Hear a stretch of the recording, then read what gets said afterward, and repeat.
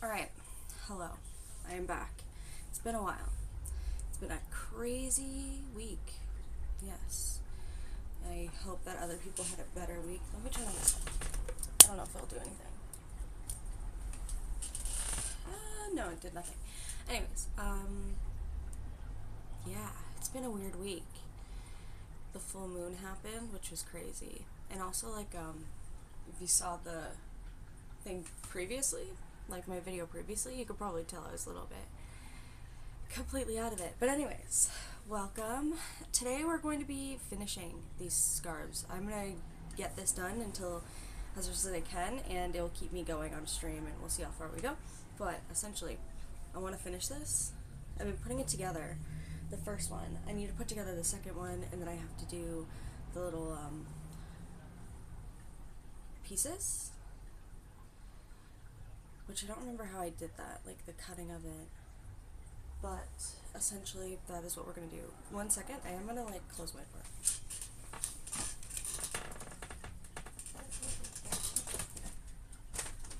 Thank you, Bucket.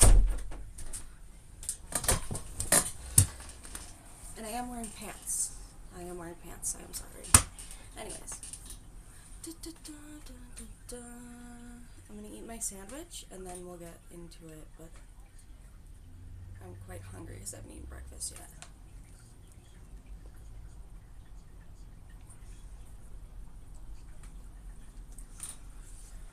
I don't know.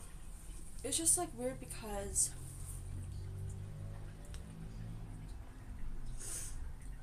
full moons are about releasing a lot of energy, right? And releasing things in order to bring in new, and releasing old habits to bring in new. And I think that definitely happened, and it woke me up to some things. But not in a bad way. With whatever happened, I don't feel like it was bad. I just feel like it was just what it is. I don't want to go into depth, but yeah.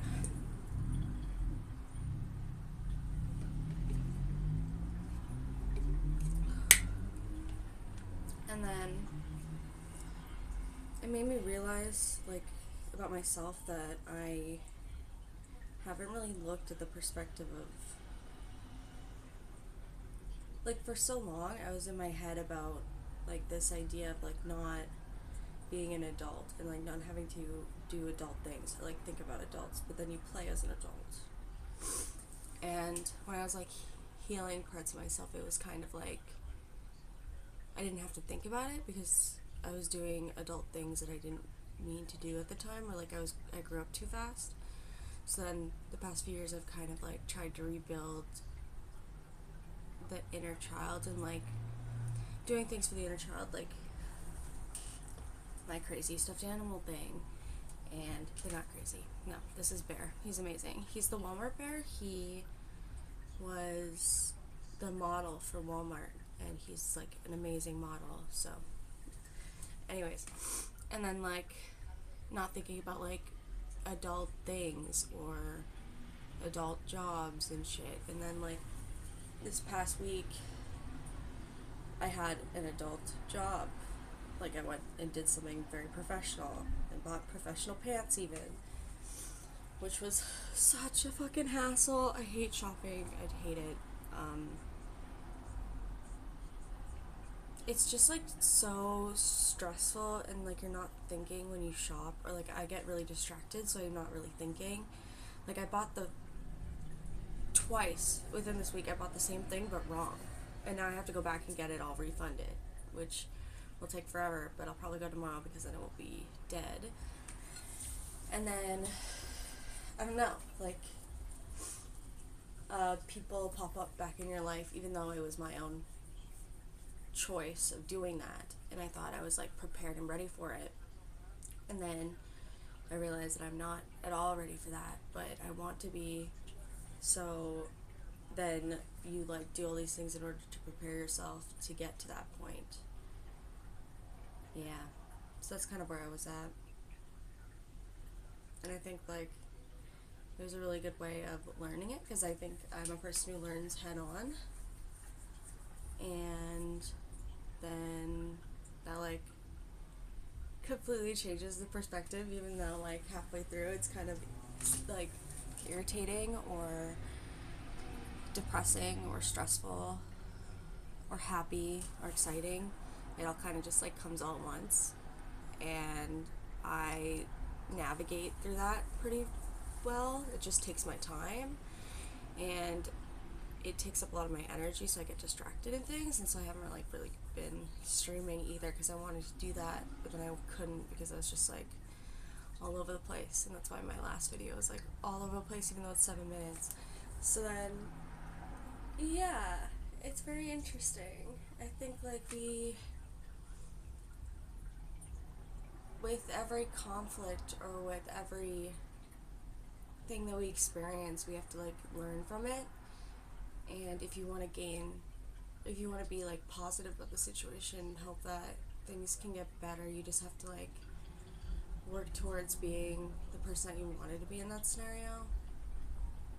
But also thinking about it, you get very tired, and being in the moment, you get very tired. So that was kind of my crazy week, and a lot of stuff got like dropped, and it was insane.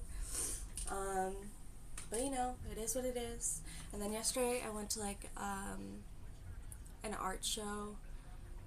I went because I was like, I had this idea in my head that I would like run into certain people, and then it didn't end up happening, which is fine. My friend and I ended up going and getting, like, we went to like bars, and then we went and got tacos and tequila, and that's where everything good happens, is when you go and do that and you like talk, and especially at the place that I like going to, it just feels like things go into place when that happens, and everyone's like happy and excited and enjoying food, and that was like really nice. But again, oh my god, I am not a very, what's the word, not good drinker. Like, I can drink and I'm good, and I don't like it bad or anything. It's more so just like, it's such a lightweight that it kind of like goes right to me, and it's fun, but also now I have like a bit of a headache. So yeah, that was pretty fun. The art was cool. There was like a bunch of different art, and a lot of like, there was like a lot of traditional art, like photography and then painting, and then there was like some more experimental art, which I kind of liked more. But then again, I need to put my stuff up there. We'll see what happens. Maybe I'll start putting my stuff on a gallery and like start painting a bit more. I do need to add more to the collection, because I only have like 4 canvases right now, and so I gotta like start adding to that, and I have some cool ideas of what I want to bring to it. So I think that's something I'll look into this year, put it up on galleries and sell it out, and then see what happens. That'd be kind of fun. I think that'd be fun, because I have like the stuff on my Ko-Fi right now, because I thought, oh, maybe we could sell them on here, but I kind of realized I don't want to do that. I have to take down that Ko-Fi specific, because it was like, you know, when you do a bunch of like different testings and you like try different things out, that was kind of what that was. And then now it's kind of like, you realize that that's not what you're going for, so I'm gonna like take it down. And then thank God that my Etsy like did not delete. It still has all my stuff on there. Like, I deactivated it, but it did not delete the store, so I could like reactivate it and then put some of like this on there, and then it might be a bit easier. Also, because I've never worked with Ko-Fi as a store, whereas I've worked with Etsy as a store before. Although it was digital, so it wasn't like physicals, but I do trust them more in a way. So it's just like having to revamp it, especially because the picture of it is like so clickbaity. I need to be a bit more wise in that scenario, a bit more professional, because I've been avoiding professionalism for a very long time, but I know that that is not the way to do things.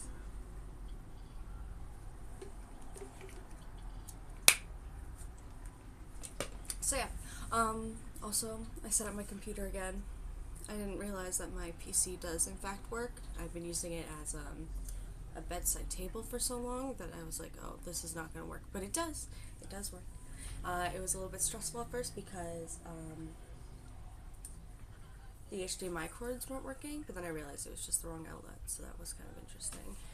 And it's the same, it's like running the old way, but in a good way. So maybe I'll be able to do something on there, like pick up my photography again. That'd be really fun. I have ideas, it's just like getting people into it. But also, could just go out into the world and take photos too, on walks. Like work on some of the projects that I thought of before. It's just like sometimes I get so stressed when talking to people, because like you run into people on the street and they have like these either cool outfits or like cool dogs, or just like they have a story, and it's just like you would love to take a photo of it, but then asking is so weird. I feel like now it's a bit more open because of the fact that we're so online, so it's like a little bit easier. But then I still get a little bit nervous about it because to me, photography isn't real. And I understand that when I take photos of people, they are connected to it because it's them and they're connected to that. And that's not a problem. I think it's just like the fact that when I was studying film and like photography, it has always been stuck in my head that it's not real because you can't capture a memory like we try to with photography, but you can't fully capture the memory. That's why like you can't fully capture a person, because a person is way more beautiful when they're out of the photo compared to like when they are in a photo. And it's because it will never capture the real image, it will only capture a version of it, especially since like lenses, cameras, those things are manipulative because every camera has a different angle system or like different like viewpoint, and it messes with like the distortion of it. So when I look at like photos of me, I am not connected to them because I'm like, yeah, sure, that's me, but that's just a photo of me, of a time where I was feeling that, or like where I was looking like that. And it's very jarring for some people, and it's like very confusing to explain to people. But yeah, that's why I'm like, it is what it is. I am who I am, and it will be fine. And the photos that come out of it are just expressions of what it was. And that's why when you add like the music and stuff, it's really fun, because then it kind of like puts in a mood of what that moment was, or like what you were trying to experience. And that's why I think I like Instagram for that. But also Instagram is like ruining the system right now. They're like changing all these stuff. They like changed the design and the layout of it, which is so terrible. Those stupid rectangles. No. Or now they have like the adjustment where you can adjust it back, but you can't adjust it all the way back. Like it will never be the same. It'll just be the rectangle. It's not a square. They should do it where you can like change the grid system if you want it to be a square compared to the other one. But no. And what is up with having it all on the side now? Like the letters and like the numbers, when before it made so much sense being in the middle. Yeah, and this is why I don't like to write essays, because I get so caught up in like, what kind of font and what does it look like and how big and how small. The OCD hits pretty hard at that point. So yeah, I think that's really funny.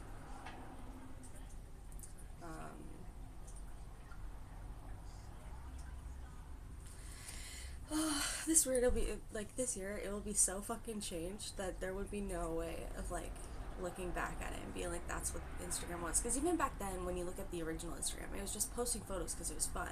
Now it's just strictly business. and people still try to hold on to the fun part, but at the end of the day, it's business, and it's how you are perceived now and how you want to be perceived as.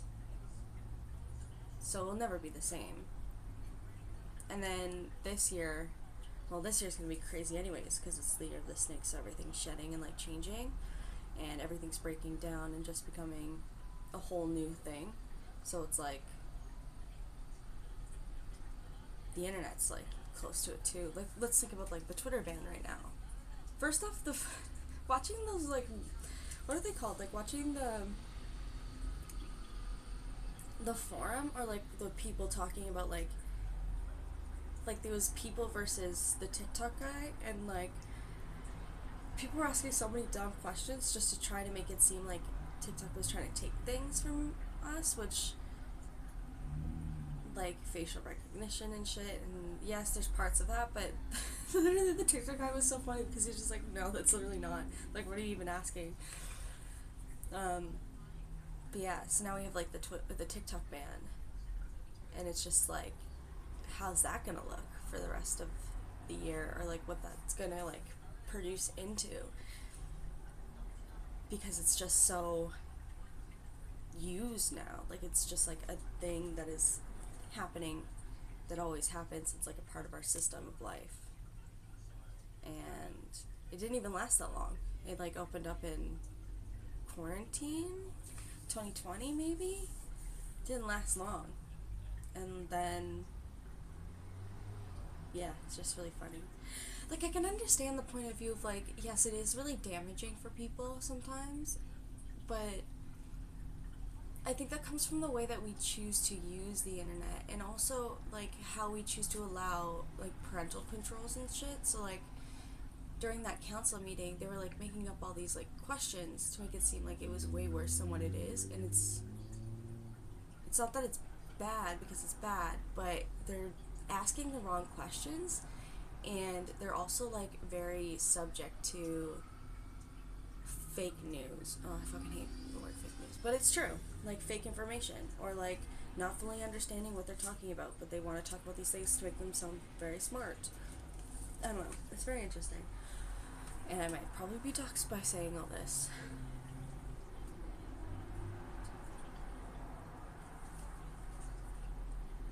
So, I don't know, I find it very funny.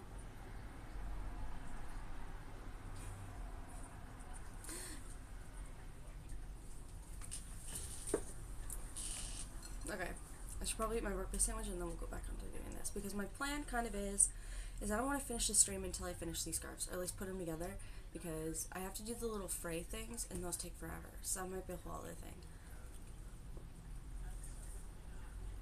But at least if I put them together, I can see how long they'll be, and how big they'll be, and how it can work.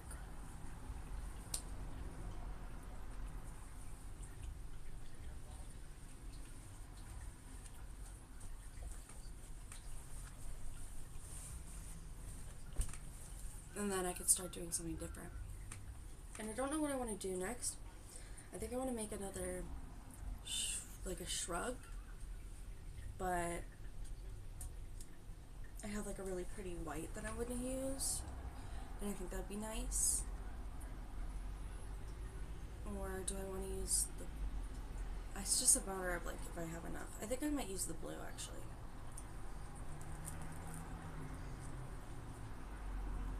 Although I already have a blue, and I already have a white one, but different. Like, it's a blue-gray, and the other, sorry, it's a gray-white, and then the other one is like blue, greens, yellows, like extreme fun pillars.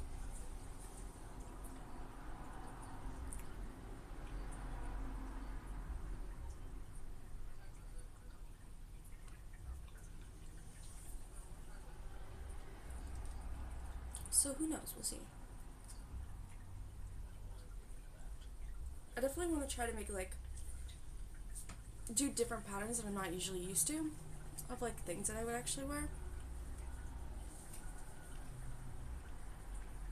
Because then I could try new things, but,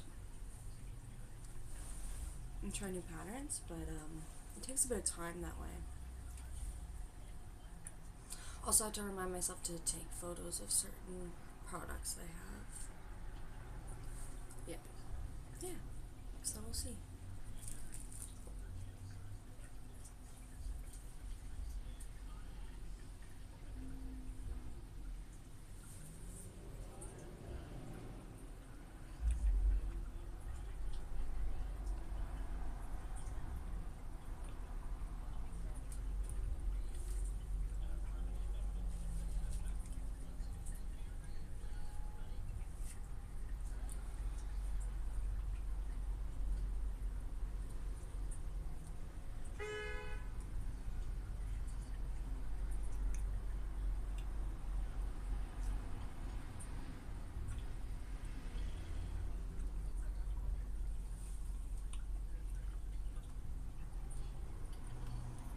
I've been eating for breakfast egg sandwiches, but I gotta like start using, like usually I use butter, but they're never as good as when you do it with coconut oil, so I gotta start doing that again. Something about it, it's just like the coconut oil brings like this crispiness to it, and also like this, well, the coconut flavor really adds to it, but the butter most of the time you don't really even taste, so there's no point.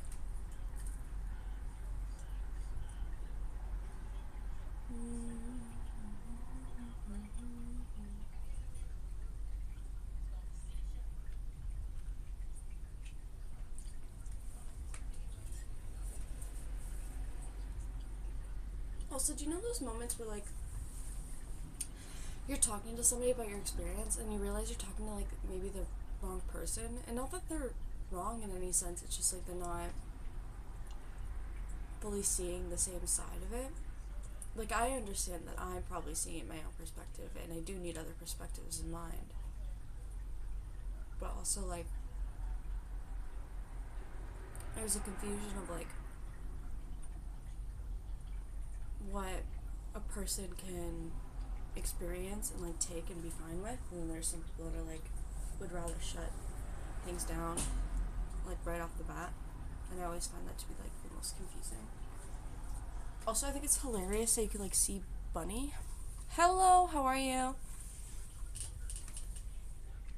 Sorry, I was just, like, really distracted because you could see my, rabbit plush up there, and I should have closed my closet, but it's kind of open now, so I don't want to get up.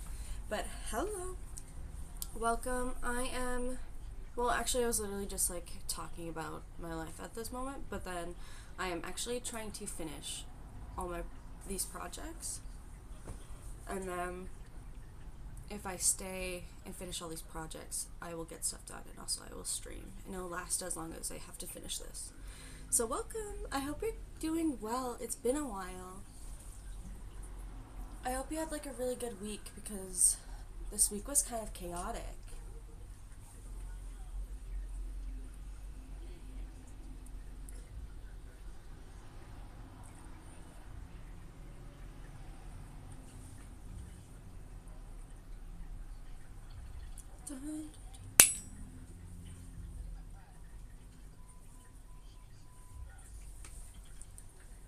Yeah, so like what I was saying, it's just like sometimes you talk to people and it's like, yes, I want to talk to you because you have a good viewpoint, but also I don't think you can relate to what I'm going through at this moment, or like you don't understand the whole perspective of it, which isn't bad. That's kind of on you to like ask somebody and then do it, but I don't know. It's weird. It's something to think about. Okay, so how I attach these, I kind of like weave them in and out. I'll show you one. So it's like this,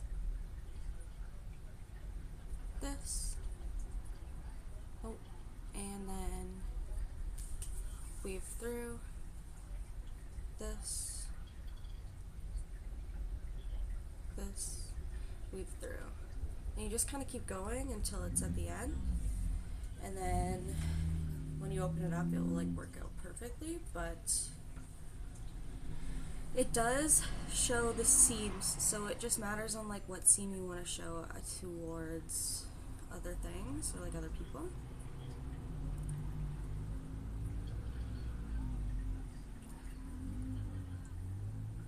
Oh, okay, so last time I was like crocheting a bunch of squares, and right now I'm actually putting the squares together to make very big scarves.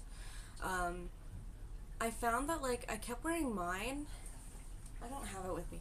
I kept wearing mine, and people like loved it. So I've been making them, and I'm gonna like see where that can go. But if people are enjoying things, okay, that's not bad. And yeah, I am working on my new portfolio. The deadline is just extending. Okay, at least you got some more time. I can understand that. That's pretty good though. I'm excited for you. I think that like yeah, with your portfolio is very interesting, and I'm excited to see what you come up with. I really like the way you use color, and it'd be kind of cool because like I have a Wix website, and that's for my photography, but I don't know. Sometimes I wish that like uh, websites can be like the old Tumblr days, like when you look at a Tumblr post, sorry, a Tumblr blog, and it's just like super like high creative with like random like stickers or like widgets and stuff. I think I would want like a website like that, but then I have no idea how that would work. And then you have like Squarespace and stuff, but Squarespace and just seems like a little bit too much.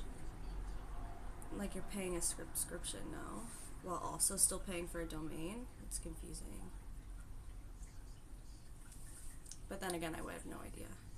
But I'm glad that you're working on your portfolio. You'll have to share it later, or whenever you're done it, because it would be really cool. And you never know what will happen. You might get people to be like excited about it.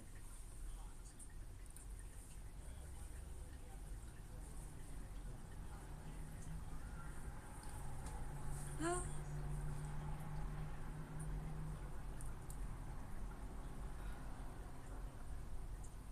finally my keyboard is working now. Just got Bluetooth glitched in. Oh my god. That's so funny. I would have been like, oh, good for you. Like, I love the conversation. But I just want to reread it.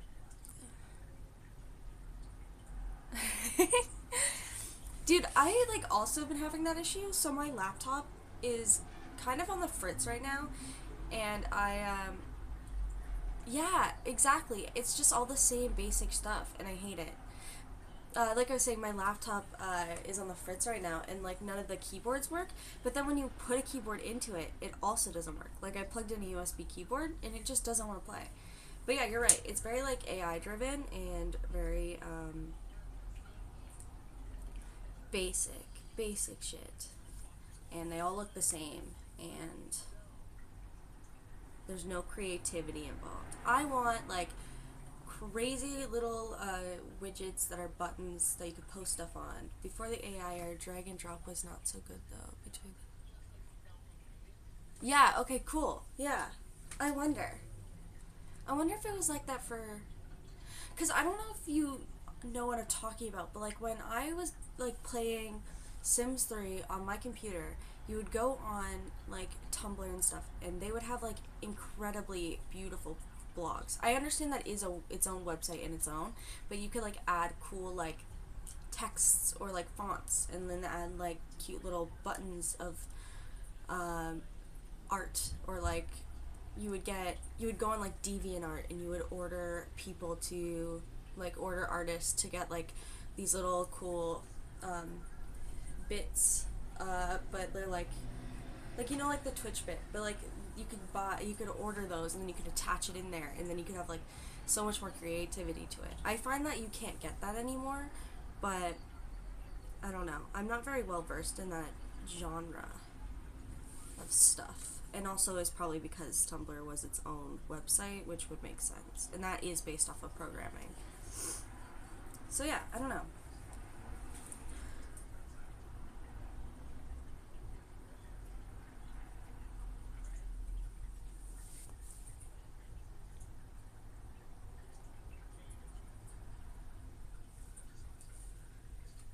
And then also like maybe I shouldn't be saying this specifically. I won't like name names, but I recently was on. I find that a lot of, well, I always knew that like companies wanted to use more AI things. Like that's something that's really like grown in the past years. Like people are really obsessed with it. Even at my old job, like my boss is very obsessed with using it. And for things that like are a lot more complex than you think. As I looked, it was kind of hard to take.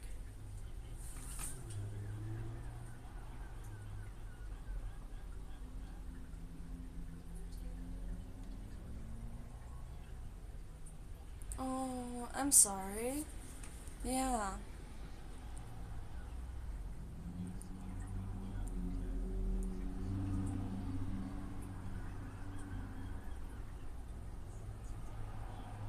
Yeah, it's so sad.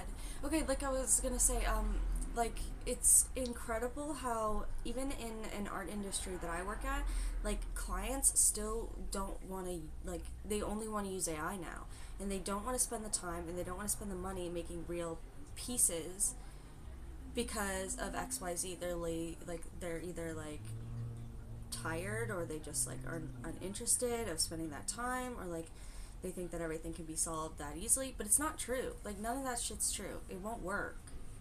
And I'll be honest, like I think like the big divide between it is gonna like create like this big issue. And like we already saw that with the acting strike, right? So like sorry, like the actor strikes or like the writing strikes. It's because like companies want to use AI for things, and it's just like you're never going to get the right product, and you're also never going to have people actually like be interested in it.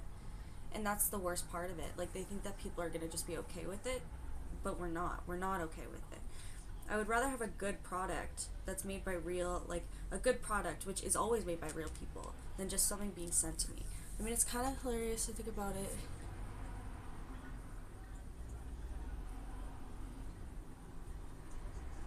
They're doing that now? That's insane.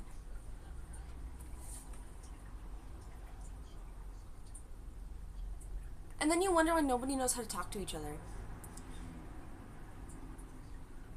Like, let alone you can't even write an essay anymore without using Chat GBT or whatever. But now this. That's so fucked. That's why I'm never on dating apps. I'd rather just see you face to face and then you show me what's up instead of like hiding behind your phone. Like, no offense, I understand that like it's very hard, but I don't know. That's not how I do things. I always like do it in person and I'm very specific. Ugh, that's so tragic. Like people are not learning anything by doing this, and it's just like you're making people stupid, and people don't want to be stupid. We want to be smart and we want to like experience things, especially like when you go to a movie. Like you don't want a stupid movie that will tell you exactly what's happening. You want to experience a movie.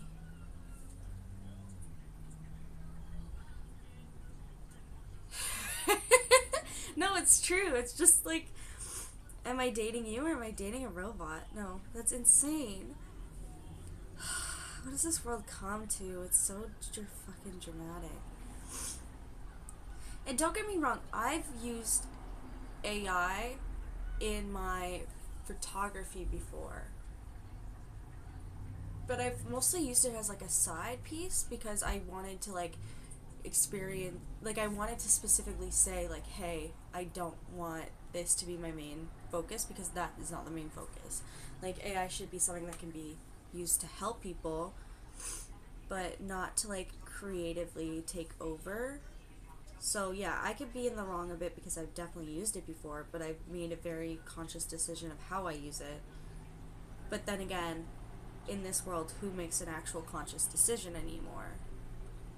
We have pretty much taught people now that you don't need to, or that most conscious decisions are actually based off of something that we hear on the internet, and it becomes like a pandemonium in that way. So it's like, what are we learning from?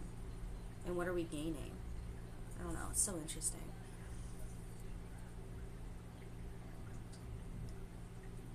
Yeah, it does. You're right. No, it does. And also, like, for somebody that is in your type of job, it's just, really damaging to know that like that can just like take over something that you've worked really hard for, and I think that's really stupid. It's so dumb. And do you know what the funny part is too? So you remember how like, so you know how like stores are putting in those self checkouts, but now they're all taking it back. Like most stores don't want it anymore because they knew that people would steal. But then it's like you decided that robots were the answer, and now you're like, oh no, and you like ruined all these jobs for people just based off of one theory. Also, the AI girlfriend boyfriend making companies is just so weird.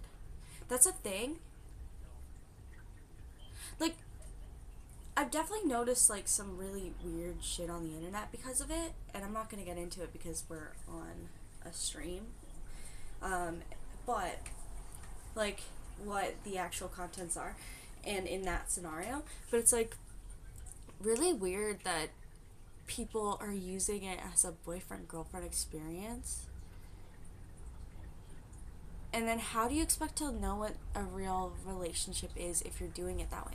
And yeah, no, it's like, and also it's not causing, it's also just like creating a, yes, it's creating a bigger market. So yeah, you're right, but like different.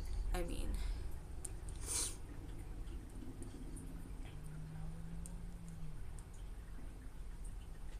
whoa.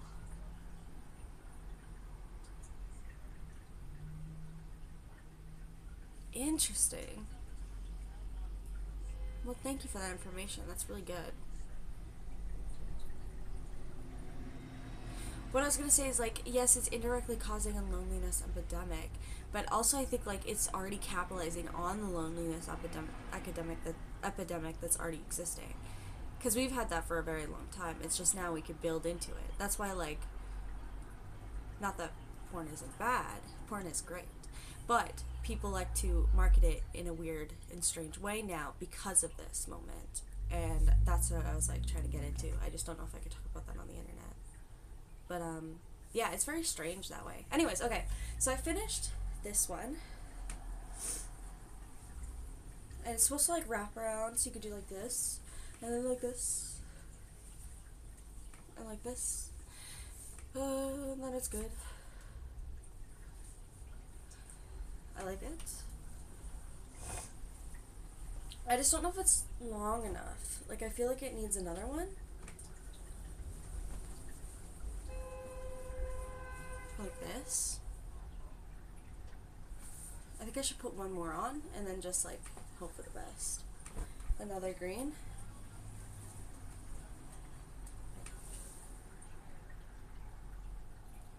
Thank you. Okay, wait. But again, it's an AI though. People will become more intolerant overall. Like if a human rejects you for being weird, you still have this bot.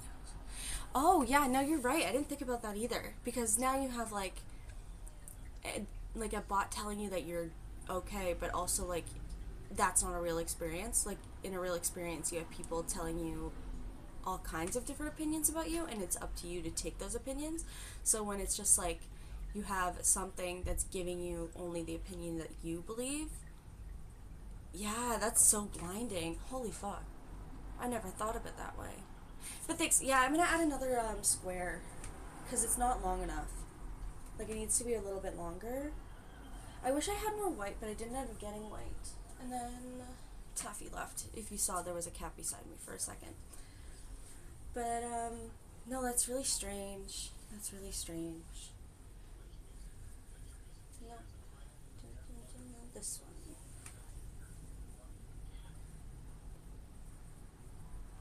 I'm very scared for whatever this world will come into. Because if we're being honest right now, like, we're already in a bit of a scary situation because of how people see the world, or, like, we're so divided right now that, like, anything can create a massive shockwave. Well, it kind of happened recently with the CEO, but it's like a massive shockwave that can just hit at any moment. So when it's like, when you have all of this, like, how will it, what kind of reactions will it cause, and also like what kind of things will come from it. It's very funny. Yeah, but the more options and more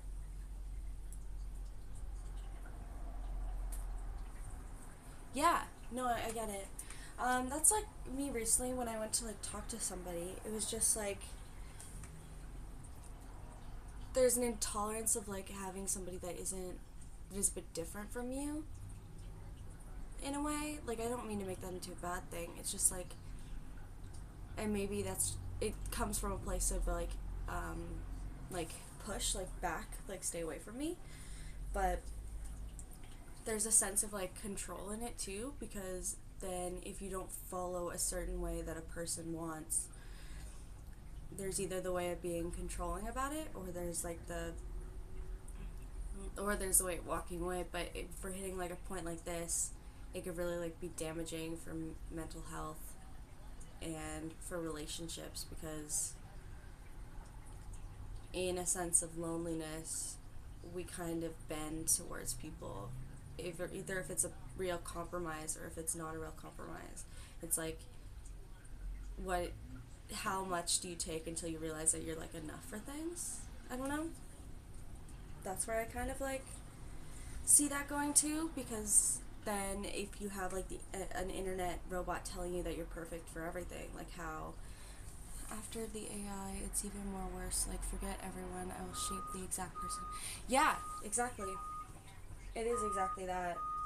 And there's already some people that are like that, but they choose to try and find that through other people, and that doesn't really exist. So it's like, now you have a robot that can do it for you, and then you never have to worry about a person. But then again, how lonely will you actually be, and like what's the moment of like, will there be a moment in that person's life where they're like, wow, why am I following this? But then again, they have to figure that out, not me. So yeah, I don't know, it's very interesting that way. Hi, Taffy. Do you want to meet my cat? This is my cat. This is Taffy. She is 16. We had her sweet 16 recently. Hi. She's kind of crazy, like me. She's a calico. She literally just sleeps. Spelling of the name? Taffy. It's like the candy Laffy Taffy. I named her when I was little, and then I loved that candy, so that's what I named her after. And she loves like sleeping on her windowsill and staring out at the people on the street. That's her favorite pastime. Or screaming at 3 a.m. because she wants something when I'm trying to sleep, and it's mostly just attention. Those are her favorite activities. She likes to sit on my projects, so if I ever put these online and somebody buys them, you will automatically have taffy cat hair attached to it, which I think is a good memento. But yeah, she's very cute that way. Oh, awesome, she's cute. I was thinking. No, that makes sense. I will say it's better than a dog. So, dogs are cool, but dogs are a lot more like high maintenance. Cats kind of like can do their own thing as long as you give them their necessities. And Taffy's I will say, like, if you're gonna get a cat, well, obviously adopt, but I would say, like, if you don't want to do a lot of work and you're just like looking for a companion, get like an older, like an adult cat. They are like so much more lovey, and they don't have like the crazy energy that kittens have, but so they're a lot more like easier to maintain. Like Taffy's really old now, so like she's not old, but she's old. She's 16, so it's like she doesn't have a lot of maintenance anymore, and she doesn't play that much. Yeah, good. Okay, but she doesn't play that much anymore. But we live with other cats as well, and Bucket's like still a kitten. He's 3 years old, but he's a little one, so he likes to play. And yeah, also noted, if you get kittens, make sure to get them in pairs, which is why I also say don't get a kitten, get a cat, because cats, or like adult cats that are like adoptable, they are a lot easier to be independent, whereas kittens always like are more suitable to have a companion. Or if you already have a cat, then you get a kitten. Oh, they learn that. They do it themselves. Cats are like, cats are, how do you explain it? Like, we domesticated dogs, cats domesticated themselves. They know what they're doing. Especially if you have like an old, like a adult cat, especially if you adopt adult cats, they just know. They know what they're doing. Um, but you can train them to use the actual toilet. Yeah, so it's like those essentials are like, like the food bowls. Um, okay, basic essentials. You need a food bowl, a water bowl, cat litter, and a cat box, and then some toys and treats, and then food. That's pretty much simple. I got a little bit bougie because I bought like a water fountain, which cats enjoy because first off, you're not cleaning it every day, because if you have a cat bowl, you have to clean them every day, which is a really great way to learn like structure and like how to like take care of things. You have to clean their stuff. So if you get a water fountain, you don't have to clean it as often because it has its own filter. Vet visits and bathing them. So cats. Wait, let me finish my thing and then I'll answer that. The basics, and then there's a water bowl, but you can get a water fountain, which is easier to maintain, and cats like it when water runs. Yeah, cat litter box and cat litter, pretty simple and straightforward.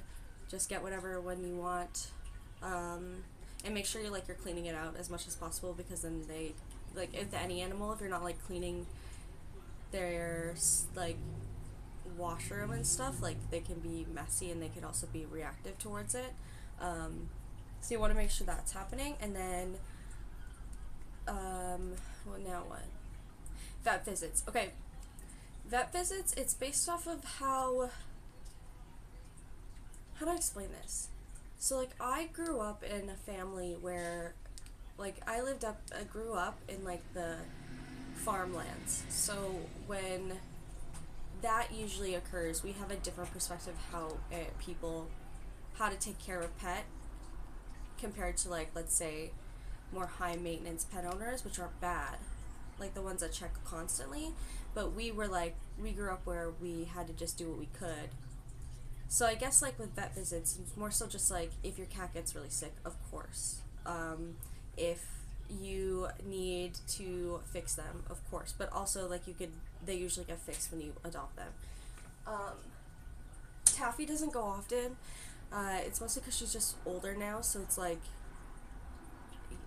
you could get checked for as many things as possible, but after a while it's just kind of like it is what it is, and she's happy, so it doesn't really matter. But if you want to be a pet owner that's very like specific about that, you're welcome to, and that's fine. But also you can understand that like in this economy it can be very difficult to be that kind of parent. Bathing. Okay, so I had Taffy since she was a kitten, so I taught her bathing and got her accumulated to it, because now when cats get really old, they don't know how to clean themselves properly and they get dirtier.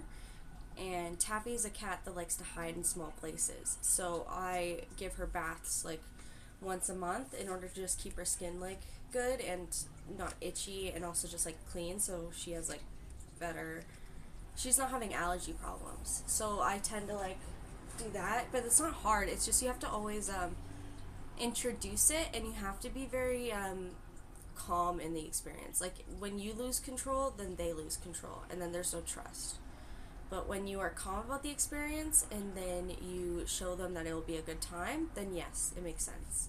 And you could do it in a bath, in a sink, in a shower. I do it in a shower because it's a little bit easier. And we have like one of those bath heads that like go down, and you could do that and like soak them. And you want to make sure that you're doing it with a nice amount of water, but like a warm amount of water, not cold. Yeah, it's just like something you have to like explore and also like introduce into their lives, because yes, some cats don't like it, but it's kind of a necessary thing to be on hygiene. But you don't have to bathe a cat constantly. It's really just based off of if they're like a dirty cat or if they're old and they can't clean themselves like that. So that's kind of how that is. Other than that, she's great. She like went to college with me. Well, okay, I was in elementary school, high school, We went to college together, and now we're both here in my new place and in a whole different city. And we've experienced a lot of different ways of living. And I don't know, I think it's really worth it. I think like to have a pet first teaches you about like empathy towards other things and other people and like putting effort into other people. I don't really think it matters that much. I think it's just like just go to like a place that go to like a shelter or something and walk around and then just let them find you, because sometimes cats are like you can walk, there's like a room and you could hang out with a few of them, and just let the cat find you. Or even if they're in like their kennels, just watching and like looking at them, you'll know which one's for you and what it's meant to be, and just like experience that. It's not about like a specific age or something. I just like to put the fact that like like cats under 4 are the most chaotic.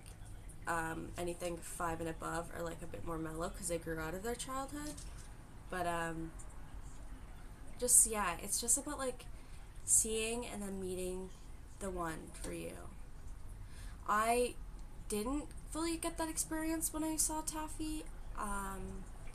What happened was is like my parents found her at like our local pet store, which is not like a name brand pet store. It's like a really good pet store, and they had like shelter cats, and she was the only one left in her litter that was there, and she was unadoptable because of she was like feral. They took feral cats and they tried to sell them, and she's playing right now. And so with Taffy, I went home one day and my parents were like, we have a surprise for you. So I went into the laundry room and I couldn't find her.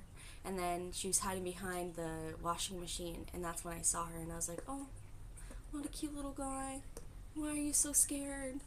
And then it took a while for her to like warm up to me, so I would like do my homework in the laundry room and just wait until she like would sit with me. And that's how you kind of like gain that relationship. It's just like being there but also not being pushy. Okay. Female cats, male cats. I find that male cats can be a bit more pushy. Female cats, I've only had like one in my life. I just know that like when I had Chuck, who was a male, and then the boys who are here, they can be quite pushy, and they can be quite, I don't know what the word is. It's just like male cats are a bit more difficult when it comes to like integrating them with other cats sometimes, and because they all are like, they know their personality really well. Female cats are a little bit easier and a bit more chill from what my experience is. Both are loud, like Bucket's an extremely loud cat, and then Taffy can be really loud, so there's no difference with that portion. I don't know. I don't think there's a big change or like a big difference about it, except the anatomy. So yeah, I find that like Taffy, I don't know if this is her age or if because she's a female, but she's like not really like open to being very cuddly unless it's like with me or when we're like really sleepy, whereas the boys are very cuddly all the time. So I think that's a bit of a difference. But also I think that's just the experience of the cat. But yeah, I don't know. It's very different.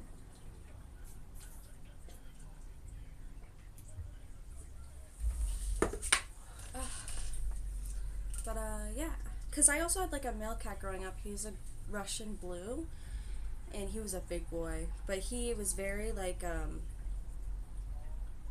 very pushy, and he loved affection, and he would pretty much only do his own thing. I do know that he had a behavior problem because he would pee in vents, so if he didn't like anything. Breed, oh, I don't care about breeds. Most cats these days don't have a specific breed. Like when you go to adoption centers, I understand there's like tuxedo cat. Taffy's a calico, and calicos are mostly female. Orange cats are absolutely psychotic. My parents have an orange cat, and he is crazy, and he doesn't like anybody. But I think that's because he has an anxiety disorder, because he attacks everybody that comes into the house. Um, yeah, the boys are tuxedo cats, so it's like they're just very vocal and very like they know who they are. Like they very much know they're themselves, and a little bit posh in a way, because they have like little suits, little tuxedos. And then Taffy's a calico, but calicos are more like chaotic. That is you. How'd you get so dirty again? What the fuck? Um, Calicos are mostly females. Orange cats are always usually males. I know that. Gray cats are nice. Watch out for the big long hair ones because they are like a bit more high maintenance. But yeah, I don't know. I'm not very specific on breeds. I think that most like cats nowadays, especially shelter cats, are all tabbies or like a different version of a tabby. So it really doesn't matter anymore. And the only time you get like a very fancy breed is when you actually buy a fancy breed. But then again, I'm not a big advocate for breeders because you never know what's actually happening behind the scenes. Where at shelters you have a very specific idea and they are very good at telling you what their personalities are and how they are behaving. So like you go to a shelter and they have already processed this cat and know what they like, and they're on the market because they have been like tested to see if they're good for people or like what they like or what kind of relationship they're looking for. So it's kind of like when you're shopping at a shelter, you have a way better idea of what you're signing up for. Whereas like if you just order from a breeder or like a pet store, it's very rarely that they're going to give you full information about a cat because they don't even know. They don't know what's going to work from it because they just kind of want to sell it, right? And that was kind of like with Taffy, like we got her at a pet store, but she was a feral cat, which they shouldn't be selling feral cats. I don't understand why they thought that was a good idea. So we knew that she had a bit of a behavior problem, but then as she grew up, she's like the best and doesn't attack people like she used to. So I don't think it's that big of a deal. So yeah, I suggest if you want to get a pet, a cat's a good way to start because they're the less, like they're the more low maintenance kind of pet, and because having a pet makes you think more about yourself. Makes you think less about yourself and more about something else, which is a very good sign when it comes to everything. When you're dating somebody, when it shows like you have a way of building your own structure and your own system, and you know how to take care of things, and you know how to take care of another life. I don't know. That is why I always suggest it.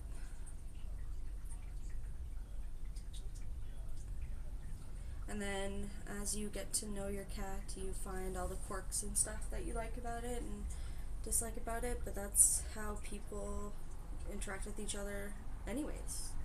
We interact with people and we see what we like and we don't like, and we just go for it or we don't go for it. But when you adopt a pet, you have to go for it. You can't just leave it. Yeah, no problem. I am very well versed in this notion because currently I live with 3 of them, but I only have 1. My roommate has 2, so it's like very well versed. And also we were cat sitting for a while, and that was really fun. So there was 4, but 4 is way too much. Please never do that to yourself. It was chaotic. It was interesting seeing how packs work, but it was chaotic, and I was not a fan of it anymore. I kind of wish though when I did have the 4 cats that I could have like wrote a bit more about like what the behavior was and like documented it. That would have been interesting to write about. Yeah, so I have 1. My roommate has 2, and then I was cat sitting for a few months because my friend was having a really rough situation. So there was 4 in this house, and I do not recommend that ever. I thought that cat was only going to stay for like a few like weeks, but end up being months. Okay, it depends on. That's a good question because when I was with the four cats, it became a pack system, which is very interesting to watch because of how each one interacts, and also when you put in a cat that already has its own like situation, living situation, and own personality, and you bring it into your house, it's very interesting to see how all the other ones react because Taffy's pretty chillax. She doesn't really bother anybody. Bucket's the head of the cats. No, Horace is the head of the cat, and Bucket is the. He likes to be the one that like fights and figures things out by play. So when we had Bagheera, Bagheera was already kind of angry and anxious because she was in a house that wasn't hers, and she probably felt abandoned in a way because it was so long. So she was already not very open. And then when you see like the fact of Bucket and her, it was very weird because sorry, I'm like listening, but also I'm not. I have a friend who has two cats, but he can't keep two of them in the same room. Whenever they see each other, they try to fight too much. Yeah, I think it's based off of the person. That's what I was trying to say. No offense, your friend is probably great, but if your cats are fighting, it's probably because they have an insecure feeling and they feel like they need to protect something. It's just, why are they insecure? The main issue with the insecurity of a cat or like an argumentative cat is because they don't feel like their owner is being the head of something. Like, and I got that information off of Caesar, like, you know, the dog whisperer, and I kind of like portrayed it in this notion because when I was not here, it was a different scenario when I would come back. Like, I would leave for a week and then come back, and then it would be a whole completely different behavior until I came back into the scenario and then readjusted it, and then they became all calm again. So it's just like how you choose to be the leader in your pack and be the person that they can all look up to, and then they don't need to feel insecure about their anger. So I'm not saying that your friend's not doing anything right. I'm just saying that like there's probably an insecurity way there, and also your cats probably feel like they need to protect you, and they both don't know how to create that balance. Yeah, also it matters on how long they've been together, because like if it's been a long time and they're like that, that's something that really needs to be addressed and paid attention to, whereas if it's newer, it's more easier to manipulate it, right? But if it's an older wound, that's something that needs to be constantly like checked together. So like you say that they can't eat together, you should be sitting with them while they're eating. um, okay, I see. So it has been a while. Interesting. Yeah, like with those types of things, you have to be like really in it. Like when we had the issues of Bagheera and Bucket over fighting with food, I had to like put myself in between it, and then they both ate, and I sat there while they would eat, which I understand is very difficult for some people, and I'm very lucky in that sense because of my job. But I was able to watch both of them and be able to see what was happening, and then whenever some argument would come into play, I would automatically put myself in between it, and not in a harsh and scary way. It was more so just like, hey, relax. Because it's pretty much just the same as children. You just have to understand who's the actual leader, and the way you perceive yourself as a leader is so important. But yeah, it was really interesting. Or like Bagheera would try to pick fights with Taffy. Well, they all kind of pick fights with Taffy because Taffy's smaller, and she is the runt of the pack, so they tend to be. So you just have to make sure that they have their own personal space. So I would have to put Taffy in my room for a while, and the others are not allowed in there, and then to show them that they can't just do whatever they want. And yeah, I don't know. It's just like based on how you choose to show up for them, because cats want to show up for you in the best way possible as you are their owner. It's just like if you can't do that. And then sometimes, it's just the cat. Like if you adopt a cat and you adopt a cat that's not good with other cats, but you don't know that automatically will start to cause a problem because you put them in a scenario where they know that they won't thrive. And that's why when I was saying, interesting.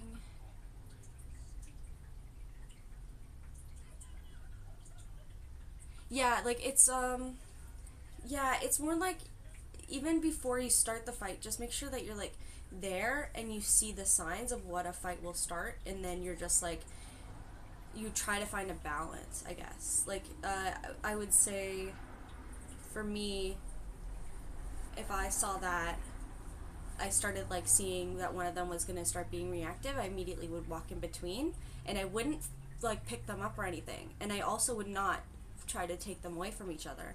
I would just put myself in between, and then I'd be like, let's chill out for a minute. And then I would like do like a stop or something, and I would try to pet both of them so then they show that they don't need to fight over each other for a certain thing, for space, for attention. It's just, yeah, it's like children. Okay, let me see if this is long enough.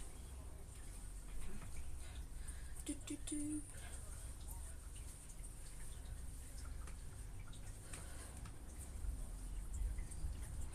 It's better. I think it's just like the fact that I don't wear these colors that it won't work, but I am gonna keep it. I think that's the right way of doing it. And then now I just have to put it together the other way with the little frilly things. So yeah, I suggest that your friends should watch Caesar the Dog Whisperer. Pets are insecure, I guess. I don't know. I've seen things online. Yep. No, it's exactly that. It's just showing that like you need to be. It's just like with kids. You just need to show that like both are important and both of their um, their quirks and stuff, that it matters, like that they matter. And I think that's the point of it. And that's what I kind of like really learned when I had that cat, when I was cat sitting, was like you just needed to make her feel like she was a part of it, and then she wouldn't attack as much and she wouldn't be argumentative. So I think, yeah, it's mostly just that, just figuring that out.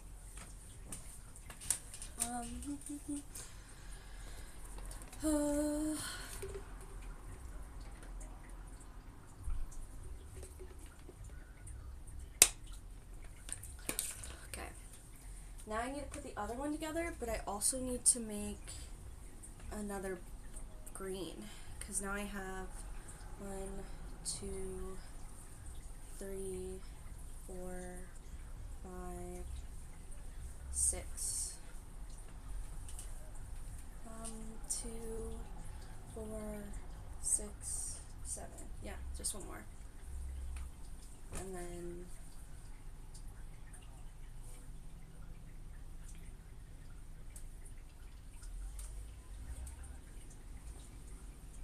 cool. But yeah, I don't know. Animals are weird, and sometimes I think people don't realize that like what you do matters.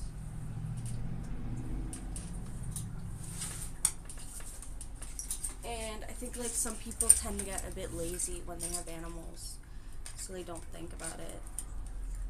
How the fact that like these creatures are here for you, so you also need to show up for them. And yeah, I don't know, it's weird.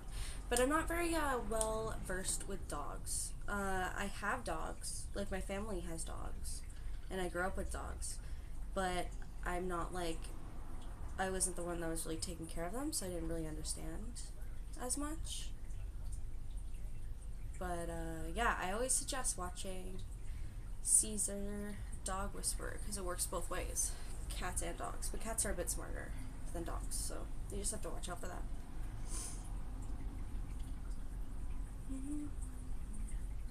I have to make one more square because I used it for the last one, so we'll be here for a while.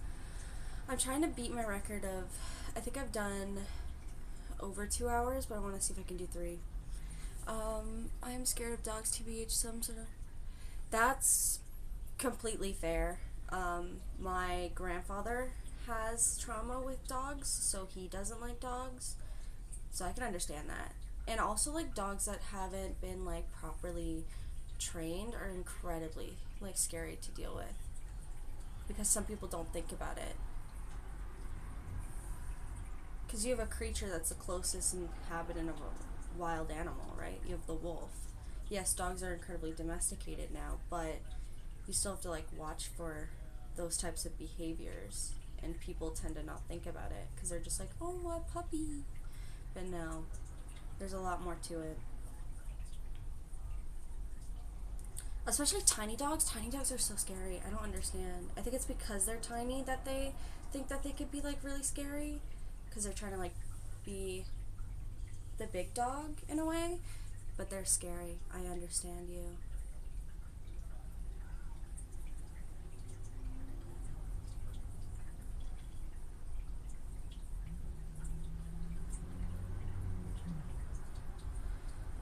I have like two at home. One's named Diesel. He's pretty old now. He's like a German Shepherd with a Chow Chow mix. Um, so he's big and fluffy, but he looks like a German Shepherd. And then there is North, who's a puppy. I think he's 3 years old now. And he is a German Shepherd mixed with a Husky. He was my brother's dog, but my brother moved, so we had to leave him at home, which is kind of sad. Like, you say you'll take care of something, and then you kind of have to walk away from it. And not by a harsh way. It's just like that's sometimes how the world works. So they're at home, and then they have a brother who is Doobie, the orange cat. So be careful with orange cats; they're kind of crazy. Um, but yeah, North is a big suck. Like, I have a reel on my Instagram of just like how he cuddles and stuff, and it's just insane because he's a massive dog and he wants to cuddle like a puppy, which is hilarious. But also, like, you can't. Well, he definitely can, but like it can give you a little bit overbearing. And there was a dog in our old neighborhood. He used to leave it outside with some food and water, and it was just barking like crazy and stuff. Yeah, see, like, that's not how you take care of an animal, so of course they would be that way. Like, I'm sorry that that happened to you, but like, an animal who is pretty much treated like poorly, of course they're gonna be like, have no sense of manners or no sense of like being with other people because they've only seen one side of it. And like, that's kind of a interesting thing because like, he was on the other side of a fence, right? You're on the other side of the fence. He would have no idea what your life was like, or the fact that how his behavior isn't actually like real, or his behavior is like the way that it should be done because he's based off of fear. um yeah, it's solely because they did not like probably treat their dog in the best way.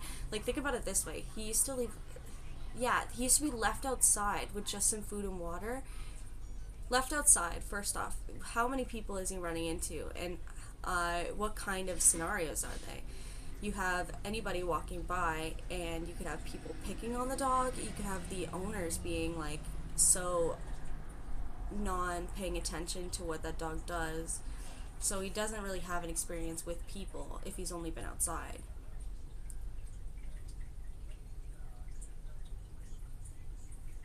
Yeah, yeah, exactly. It's kind of like us, I guess. Like, if we have bad family members in our worldview, we'll be like, exactly. It's just the, it's because we don't know better, and so we just go with what we think is the right answer. So, like, yes, you say, like, F people, I hate them. That's because they've only had one experience, or they only hold that those types of experiences as what life is, and it's very relevant now because people are so distant because of all the things that we said before. So now you have like so many people cut off, who cut themselves off due to bad experiences, because most people are terrible, and also because we don't understand that we don't need to take that. So in our minds, it's always been built as one thing. So with an animal too, like, they don't even have the same. They are very intelligent. They just don't have the same intellect as us because ours is different than theirs. So now you're like, what is wrong with this animal? It's because they've only been treated a certain way, so they're only going to see the world a certain way, and they have a smaller lifespan than us, and they learn differently from us because of that. So it's just like, that's what it is. And yes, it can be completely scary to some people to walk by a dog that does that. So I can also understand your perspective. It's just like, yeah, we're not gonna know until like either somebody says it to us or we have to just experience it. And yeah, that's why I always get like so peeved with people like that. Like, you say you want to take care of something, but then you don't put any of the necessary actions into like nurturing or showing the real thing. And because people don't think that they have to nurture an animal, but then again, we expect animals to be there for us and to nurture us when we're in our like spaces, or like in our head spaces. So then why not assume that it also is the same way the other way around? It's just weird. I hope that made sense. I wasn't trying to like be mean to you or anything. Yeah, it is a big responsibility. And we learn from each other, both pet and person. We learn from each other. And that's what I think is the best part about it, about having a pet. It's just like you're learning how to be, you're learning about something other than yourself. And you're also like able to see a different perspective of something other than our own perspective. So it's really cool. But yeah, then again, you have like owners that don't actually take care of their pets but say that they do. I don't know. People are weird that way.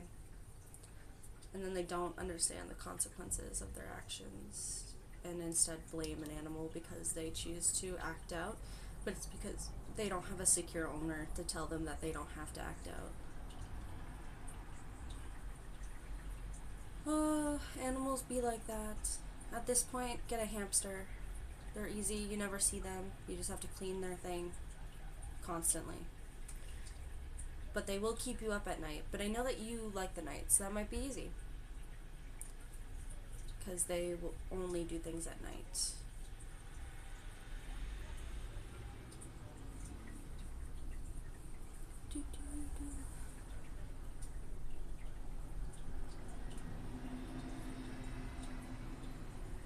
Yep, no, that's true. That's exactly what it is. We don't think about the emotional needs that go into things. And then we wonder why our lives turn out this way, or why people in our lives don't want to be around us because we didn't put that effort in. I don't know. It's very strange that way. It's just like, what, how did it turn out like this? How did it turn out like this? But it is literally that. I hope that like people are getting a bit more aware of it though, because now we live in a world where it's like information all the time. It's just like I hope that the information that is being put out is good information instead of bad information, but that's something you can't really be specific about, I guess.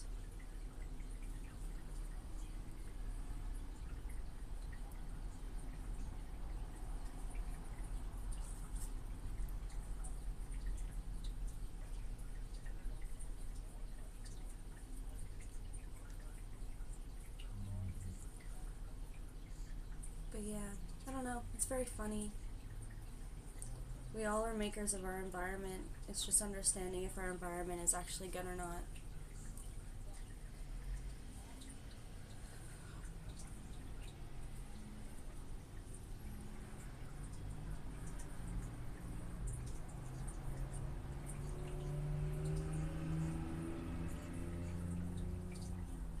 And if we can ever notice if that's real or fake. I don't know. Or notice if it's actually happening. I think sometimes people can get caught up thinking that the things around them are good for them, but they don't see the signs of like what is actually good for them, and then it becomes a little too late for it. Or not. It's never too late to start over and try something new. Oh yeah, that's true. Here in India, especially village, city mindset has proved a lot more over the last 20 years. Oh yeah, I get that. I think that still happens in this area too. Here, but that's really fucked up. I'm sorry. Yeah. I don't know why people think that's the answer to things.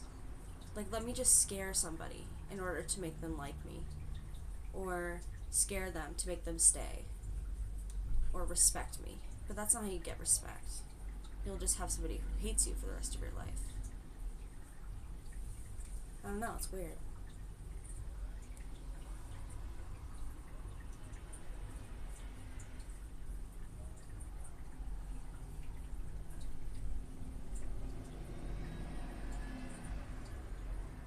Yeah.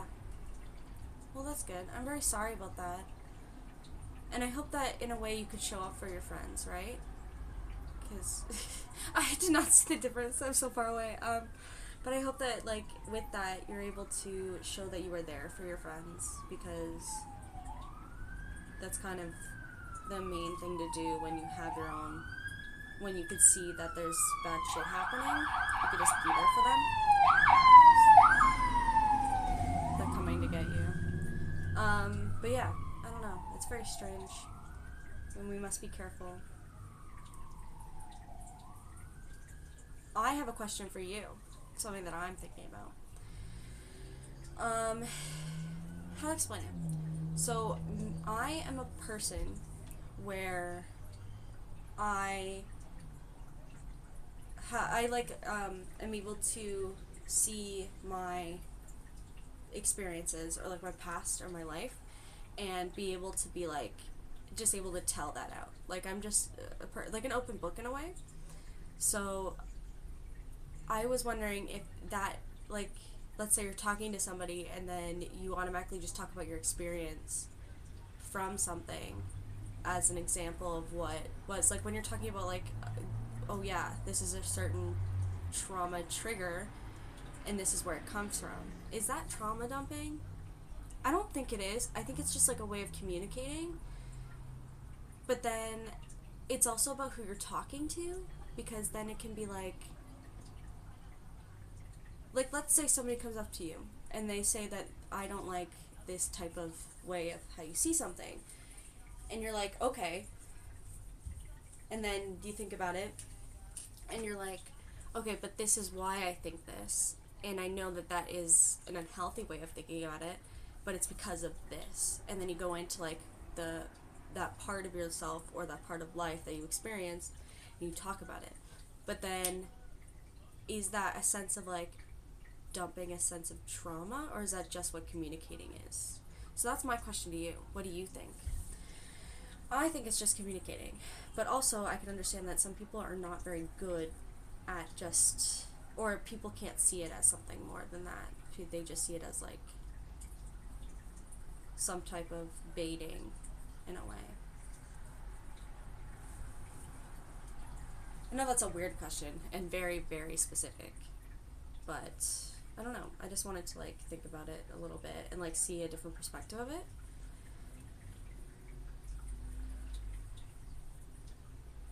But if you're, you know, and if not, that's okay too.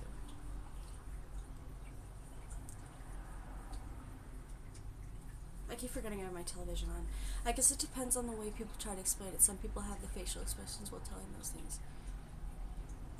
Okay, true. I like that. Also, I think it is effective if it's in person and not on a text.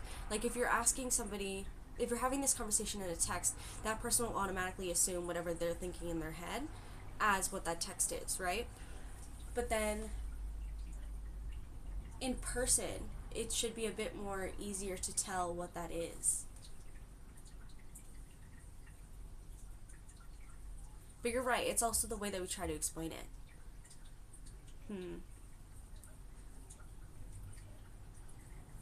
And also, and also if you're using it as a defense, like, let's say somebody comes at me and is like, I don't like this about you, and then you use that sort of information as a defense to be like, well, this is why it's like this.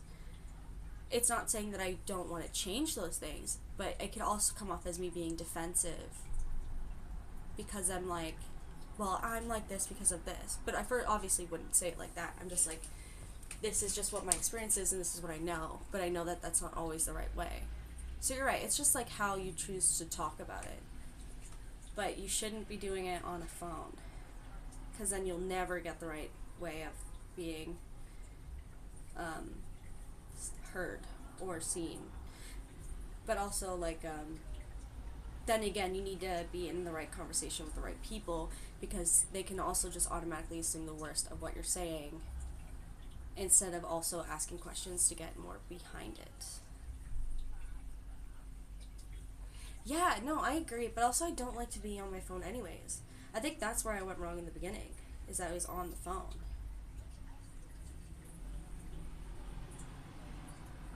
Like, if anything, you should leave big conversations with people to be in person, or yeah, in a video call, because you have to say it to their face.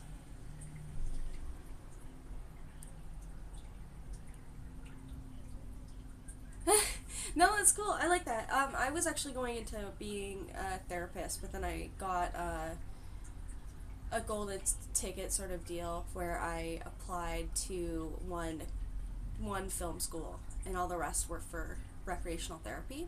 So I picked the other thing. But I agree. I was also like that, and I do have that as a hobby. I like that that's your hobby too. I think that we need to be more well versed in those types of theories, because if we automatically assume that this is just how it is, that could be very blinding. But if you see other perspectives of how the world could be, you'll be a lot more open in the way you like connect with people. That was a beep. That's really good confirmation, actually. Oh my god. But that's really cool. You should read Alec. Is it Alex Watts? I think it's Alex Watts.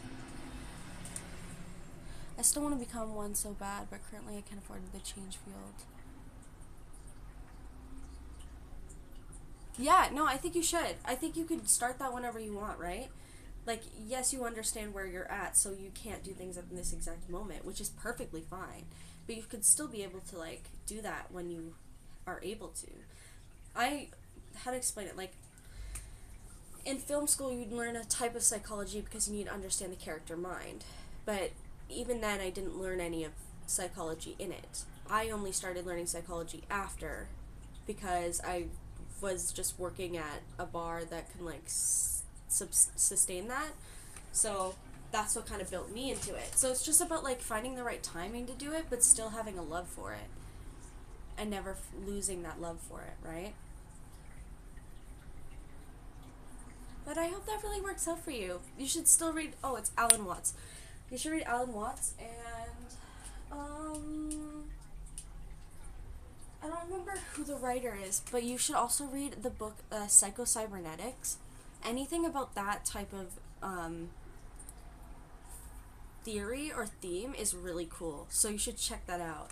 I love Psycho-Cybernetics.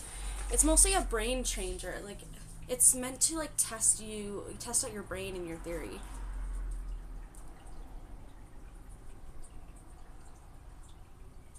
I agree. I think it comes from the fact that before we had a hyper boom in therapy, like, everybody wanted to go to therapy and everyone wanted to talk about things, which is good. And then now we're more, like, open to see all the different types of psychology. But what I don't like is when people use it to be descriptive about other people's lives. Like, I study psychology, I study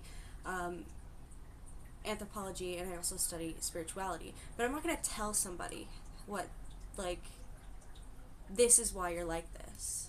Well, okay, I've done that. I've definitely done that. And I need to be better at that. But yeah, but I think we need to be a bit better in that sense, and I need to learn from that because I've definitely done that. But because you can get so, like, caught up in the fact of, like, knowing with the type of philosophy and, like, psychology, even though you will never know, it's just theory. There's this, like, sense of, like, well, now I know, so now I can tell people, or now I know, so I can, like, diagnose people, and that's, like, not the way of how we should be doing things. And I get stuck in that perspective sometimes too, and I think that's because I'm a bit naive and young, and I'm learning from those experiences, and when I do them, I tend to get backlash, which I think is important, because then it taught me a difference. Oh, okay, interesting. So especially the rise of loneliness, society pressure going on around the world. I guess it's more like flexing. Like, see, I know this, I can read you. Okay, yeah. No, I agree, and I think that like that's really unhealthy because you're not giving anybody else the experience to learn from themselves. Yeah, you're right. And also, it kind of like puts people in a box, which is so normal for society. Everybody in society wants to, like, the whole point of society is to put people in boxes in order to be labeled. And, like, this is where you go, this is where you go. This is why we don't match. And I think that's so dumb. I think it's completely dumb. It's not real. It's just a way to create structure in the way we socially like interact with people, and like, oh, I'm this kind of person, so therefore I can't hang out with this kind of person. And I think that's wrong, and I think that's not real, and I think it's really damaging for people. So when you have things like that, the flexing, it can do that. Yep, I agree. But also, I don't think you should be there being a therapist for people. Like, I think that's specifically based on if you have the job, because of the ethics of it. Um, if you have like the license, you understand what your hours are, and you understand that like you need to be very specific about it, and you need to also be how to explain it, like you can't just go up to people and tell them what this is and this is. And also, you shouldn't be expected to do that when you don't have a license, because that's like kind of messed up, because you don't know if you're doing it in the right way. Whereas if you have a license and you've done the schooling, I think they have learned in a specific way of how to help people, where most people in like learning psychology or learning like philosophy on their own just automatically assume that they could just tell people what's going on without actually like understanding the basic ethical rules to it, and also like how to actually interact with people in this way. So yeah, I don't know. I think it's like we shouldn't be therapizing everybody. I think that like if somebody talks to you and they have a question about it, you can help them figure it out, but you don't give them an answer. You let them figure out the answer.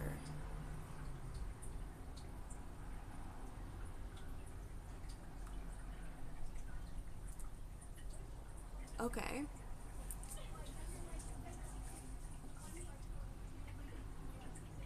Yeah, I agree. There's also the point of I know this is a bit different, but now we have like the whole spiritual boom. So now you have everybody on the internet saying this is what the spiritual belief is, or like this is where we're at as a spiritual society, and that's not real either. Like, I think people are using that to market it off people who are actually like really well versed in it, and also you're like scamming people for the fact of you can get anybody to think these things about you. So I understand exactly. Like, now my algorithm is so messed up that I just get all these random like pick a card videos, and it's like which one is real and which one's not. And also, like, you can't assume that those cards are going to know everything, but for some reason now you have a person telling you about your whole life. And yes, I have been bad for those reasons, like I've done them, and sometimes it does work and sometimes it doesn't work. And at those points when it doesn't work, it's kind of just a redirect, so I understand. But you can actually mess up people's lives that way, and it's a predatory way of doing things. I think that like instead of automatically being like, I can tell you, you should just teach people how to figure it out themselves. Yeah, and there's like, that's why it's like so irritating, because those words have meaning. It's just people are like overusing it, and then they don't understand like what they mean. Like the spirituality, like people overuse that word, and then people look at it like it's a joke, when there's like an actual real history and a science behind it, and a real way of looking at it.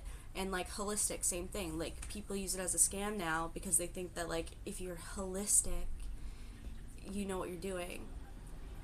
MLM scam. I have no idea what that is.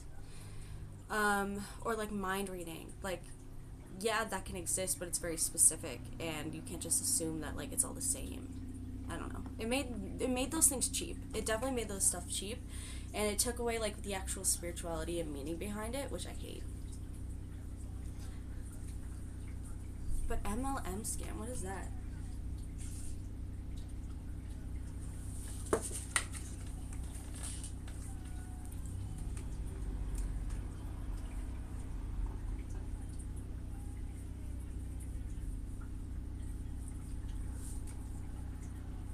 But then again, okay, like, you could say that about spiritualism, but you could also say that about religion. And I am very biased because I do not like religion. But I understand that, like, that can be in the same wheelhouse. Multi-level marketing. So basically your task is to sell an overpriced BS product to someone by selling dreams of becoming rich quick. Oh. It's like a false prophet, essentially.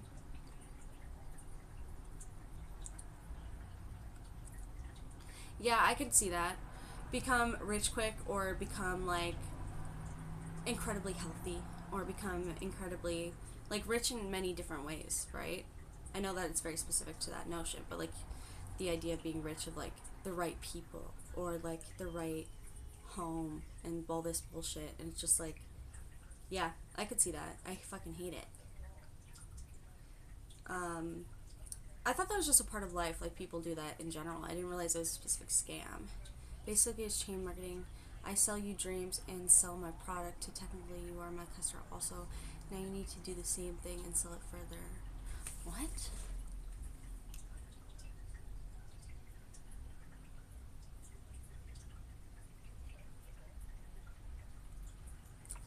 Is that kind of like when you go, like when there's those catalog people, like they are like, oh my god, I love this product so much, and then they get, then that company sells them the catalog and then they resell it. Is that kind of what that is? And then they're like, oh, well, this worked for me, so now it can work for all of you guys. Essentially. Which is a scam. Okay, cool. Yeah, no, that totally is a scam. Because it's like, first off, a product works specific to you and what your lifestyle is. And then when you put in the idea of like, we're selling you the dream is like, what is the dream? The dream is only the perspective of what that is, or what we choose to like be predatory about, because the dream is different for everybody, but it's just finding that like niche and then being a predator towards it in order to sell a product and get people very invested in, like a cult. Interesting.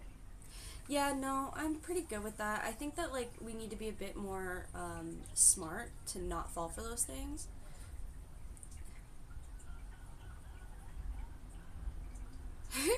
It's like a triangle scheme or whatever that's called, right? Um, I can't believe they do that. Oh my gosh.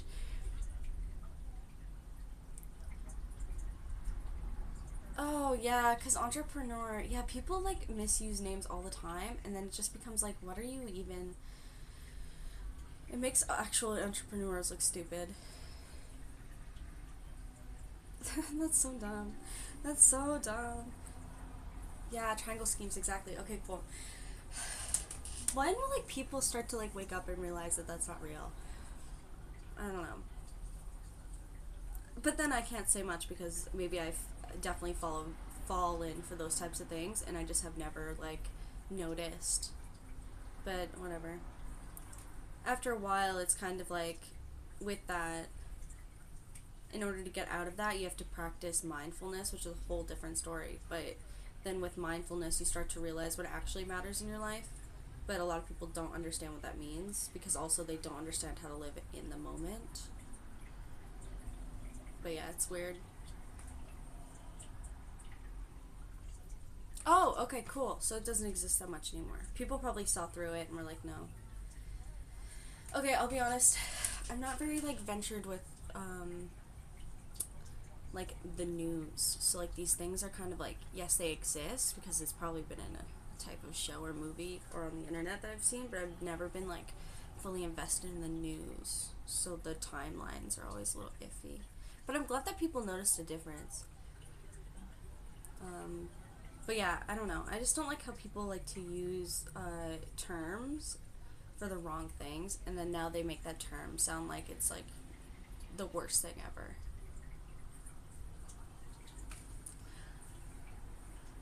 Like witch. People like to assume the worst of a witch because there's some people that use it in a heinous way, and then there's some people that use that word in a good way, but it will always be considered something weird because of how history has repeated it, or like how it tends to be shown up in media and stuff. Sorry, that one's just in my head because somebody was talking about it recently. And I was like, I don't think you know what you're talking about. I think you're just assuming one thing and not the whole thing. I don't know. This world is messed up. We'll see what happens. We already have a TikTok ban now, so who knows what's going to happen next. If anything, I think social media is going to die soon. Which I don't know if that's a good thing. Or at least it'll have to have like a certain rebirth to it. Because, yeah, the only people that really like it, well, we all like it, but we don't like actually have good relationships with it most of the time.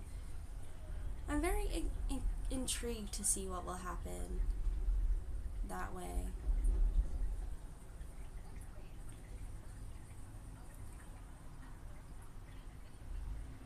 Oh, really? I can't use it. I live in Canada and I can't even use it. Yeah, it's been banned from what I know.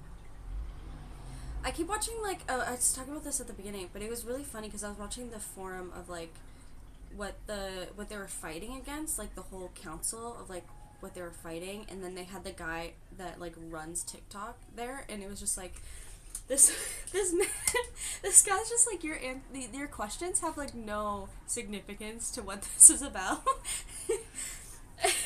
And they were, like, trying to, like, make it seem like scarier than what it was, and it was hilarious. And then just like the guy from TikTok was just like, but what is this question? What are you asking? Like, yes, TikTok uses Wi-Fi. That is the purpose of it. So when you go into your home, yes, it will use your Wi-Fi. But I thought that was hilarious the way he answered it. He was like, yeah. That was so funny. It was just, like, such dumb questions, because I think they were trying to, like, catch something, but I don't know. I don't think it would be that easy.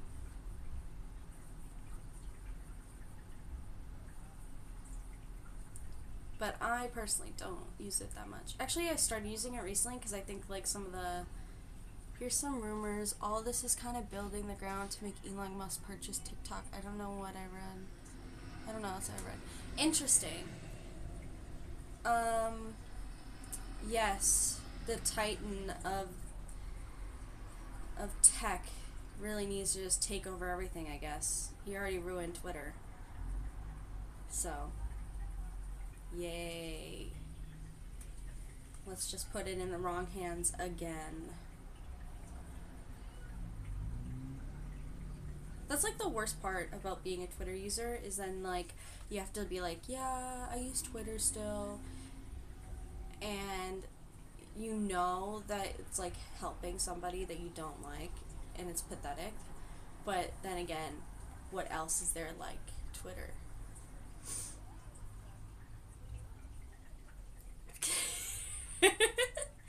Oh my god. Are you talking about the actual Milky Way, or are you talking about the candy? No, you're definitely talking about the actual space thing. I am dumb. But that'd be hilarious. Also, why did he name it X? It's so stupid. But who knows? Who knows?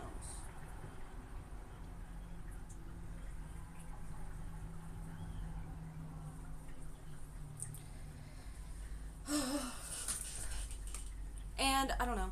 I loved Twitter so much, but now I don't. And I used to have Paris Hilton following me on Twitter, and then I had to delete my account and start a new one, and that was the greatest loss of my life. That was the only thing that I had going for me for a very long time. I mean, people be feeling uncomfortable now. That's so messed up to say. Watch my video on x.com. Yeah, it makes no sense. Tesla Media or something. Oh my god, I think I would have cried. Ugh. It's just a sad time. It's a sad time.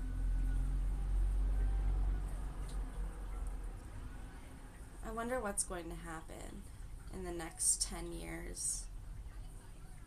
Especially because now it's all based off of fire. Where the last 10 years have always been based off of was it water or was it earth? Earth Twitter bird, I missed that. Yeah, I missed that little guy. We never gave him like a proper funeral either. It was just like, yep, he's gone one day. We should have at least done like a memorial service for him. Or it would have been cool to like get stickers of him and just like put it everywhere. That'd be really fun. Poor guy, I miss him.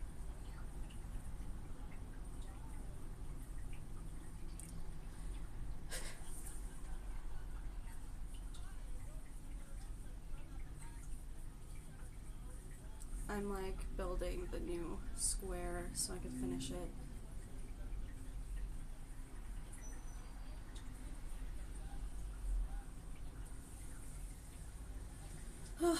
And it's not even like a cool design, it's literally just an X. I don't know. It's kind of annoying. And now you have now you have YouTube with all these ads that never end. And aren't even good. Like, they could be good, but they're not good.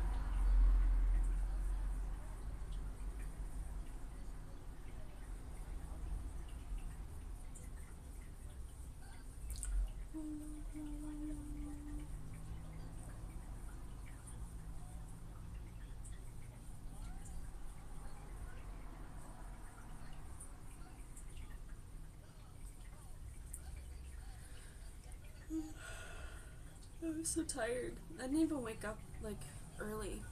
I woke up pretty late today. And yet I'm still tired.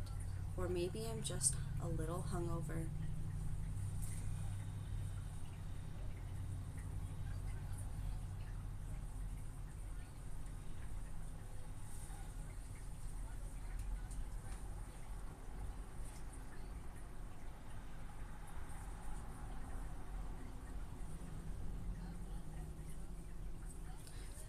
Sorry, I started getting focused on this because now I'm like, I really want to finish it.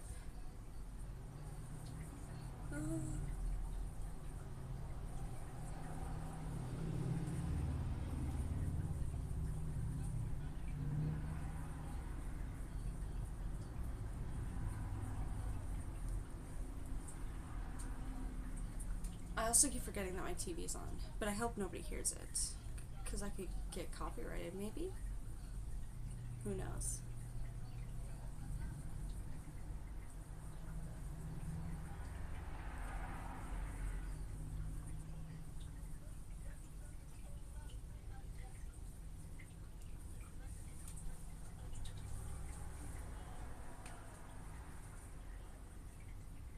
I'm kind of excited to finish this project so I could go back to painting. I think like I want to like build a big portfolio of paintings and then put them in some of the galleries. Oh, okay, good. I was like, I don't think you could hear it. But yeah, I'm excited to finish this project because then I could start doing my painting again, and then I want to like put it into some of the galleries in the city, just like simple ones, and then just see whatever happens or if they get sold. Yeah, cause I don't know. Also, it's just like a way different space, and we could do it back on like my laptop. Sorry, not on my laptop, like on my desk. Because I definitely changed up a bit of what's on my desk, and I think that will be a good thing. It's a whole different setup now. But yeah, I think that would be interesting. And I don't know what I would want to paint, though. That's the only thing. Because usually I paint images that I already have as photos. But I can also do a bit more of experimental pieces. It really just matters on like what comes up at those moments. And also I'm like thinking I would probably have to do different sizes. So we'll see. That will be something to process, and then I could start doing that. Not yet. Okay, so my thought process was I was gonna open up my Etsy again, and then my Etsy has a lot of my digital has digital prints of my photography that I had, and I can re-put that back up because I I thought I like deleted my account, but I guess you could put it back, and then they have all this stuff saved, so I was like, thank God. So my plan is to do that and then put these on them as well. But I don't think I'm going to put the paintings up anytime soon because I wanted to showcase them at galleries and see how far I can go that way. And then if that doesn't work, then I'll start putting them online. But I found that like I was trying it on I opened up a Ko-Fi page, which I don't know why I did. I was just testing out different things and like seeing what works and what doesn't work. And so I opened it and I added my portraits on there, but I kind of realized that like I don't trust that, like I don't know that store that well or like that system. So if I put it back all on Etsy, then it'll be a lot easier. And that's where I would probably put up all of this stuff, like things I would make on stream, because then it also gives people who watch the stream a reason to buy it. It's just like being consistent is a bit of a hard one at the moment, and then finding things to make sometimes can be really hard. So it's just like figuring those things out. But then, yeah, so my thought process is like, it will have some of my photography stuff up there so you can like do it. It's not like the models and stuff. I think that would be really like that's so unwise to like sell those. It would be more so my landscape portraits and like stuff that I don't have like specific, like I just took a lot of photos for random reasons. So those photos are up there. But like my specific pictures or like my collections, I usually tend to keep for myself. And I did open the Ko-Fi page because I thought if I added a membership onto it, then I could sell some of my like my personal photos, not the models, but like my works of me. But then also I don't know if that's like a avenue that people want. Not that it's going to be like smexy or like a little bit like not safe for work, because that's not my plan. It's more just like pictures of myself as a catalog from other photography projects. So I don't know how that's gonna go, but I am opening up my Etsy again, and then that's probably where I'll do it. Honestly, it's a little bit like my links are a little bit confusing because I don't know exactly how I'm like I put a bunch of seeds in place to try things out, and right now I'm like wheedling out what works and what doesn't work for me, and then I can like figure it out that way. So yeah, my thought process is putting back up my Etsy and then putting these on my Etsy. But yeah, I think that'd be really fun. And also the idea for painting, I thought if I put on my Etsy cool like paint patches. Oh, okay, that's because I was really upset by that. So I watch a streamer called CDogVA, like Connor, and he does a crane game all the time. And there was this one crane game video where they have like the cutest freaking Pingu, I think it's his sister, and they just like made fun of him the whole time, and they said it was a terrible like product and it was like a terrible stuffed animal, and I'm like, what the fuck is wrong with you? I like tweeted to them, I was like, why are you hating on this perfect stuffed animal? It's massive, it's from a crane game store, which is insane, and then also it's like super cute. So I got really obsessed with it, and that's why I hold it there, because I'm like, you know, the manifestation of getting that boy will be my greatest achievement, probably, because I have a bit of a stuffed animal problem. Like, I have a Duolingo stuffed animal. I have the Walmart bear. I freaking love them. And I think it's because I had to do a lot of inner child healing, and that's what gravitated it. But yeah, I also have a Bibble. Like, I don't know if you know what a Bibble is, but Bibble is very interesting. Maybe one day I'll show them. I don't know. Or like you have Bunny up there, up here, Bunny. But yeah, it's very addictive. It's an addictive process, and I tend to, whenever I have like emotional breakdowns, I end up going and buying those things. Oh, that's cute! I love that. That's so awesome of you. I think everybody deserves to have like cute stuffed animals, and whoever says that that's not cool, then fuck them. But yeah, I love it. Also, I have this one. It's like a squishmallow, but his name is Grant. And I use him as a pillow, but I love it. One year for Christmas, I bought everybody squishmallows, because I was like, we all need to have them together. And that was like my addiction. But, yeah, I'm very like obsessed with it. But I'm still gunning to get that stupid Pengu, wherever it is. I can't find it online. It has to be that size, or I think I would be really sad. And then, yeah, I'm gunning for it. So I like to keep it on my beacons because I was very angry. And so then, you know, as a manifestation, if somebody ends up finding it and then telling me about it, we could talk and I could get that. So I like to leave it. And also I like to put Sea Dog Big and Premier 2 in shame for after their behavior. But yeah, I tend to keep it like that. But yeah, my beacons page, I need to fix it up a bit. Like, I don't know if anybody like likes or uses the whole like, I keep my letterbox on there and my anime list. I could definitely get rid of the music because I like my music, but also I know that that might not be like worth it. There's the board of directors, the company that I'm a part of, because I want people to be more aware of the arts, but I know that can be a bit more niche. What else is on there? There's the donations, like buy a coffee if you want to, but I don't know. I don't like try to pressure people for that. It's more so just they're just whatever. Again, it's another thing to just like put there and see what happens. There's my Twitch. I put my YouTube up there because I just like post these again and see what happens. Twitter. Yeah, I think that's pretty much it. Okay, thanks. I'll check it out and see. I don't know when I'll be getting off because I'm trying to like, my goal is to finish these, or at least finish like the putting together part of it, and then I'll do it. But yeah. Oh, also another thing. So like you said, paintings. This is what I want to get to. I wanted to do paintings, but I wanted to do them as patches. So like something that I do a lot of is I paint on jackets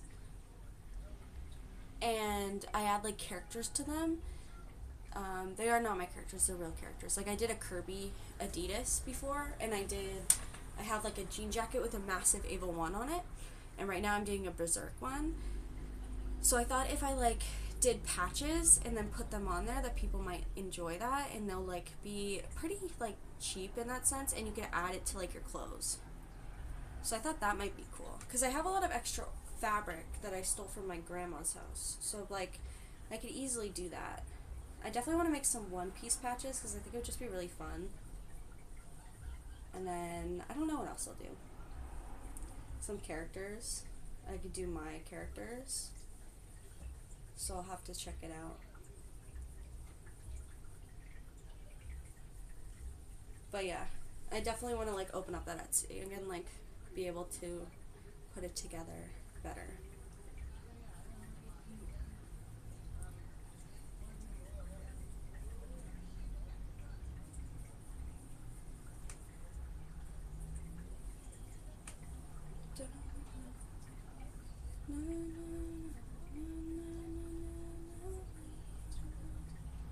Can't get you out of my head.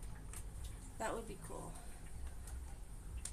No, I don't know how. Well, okay, that's a lie. So like, you can see by some of my photography pieces that I do have digital art stuff, but I don't do it often.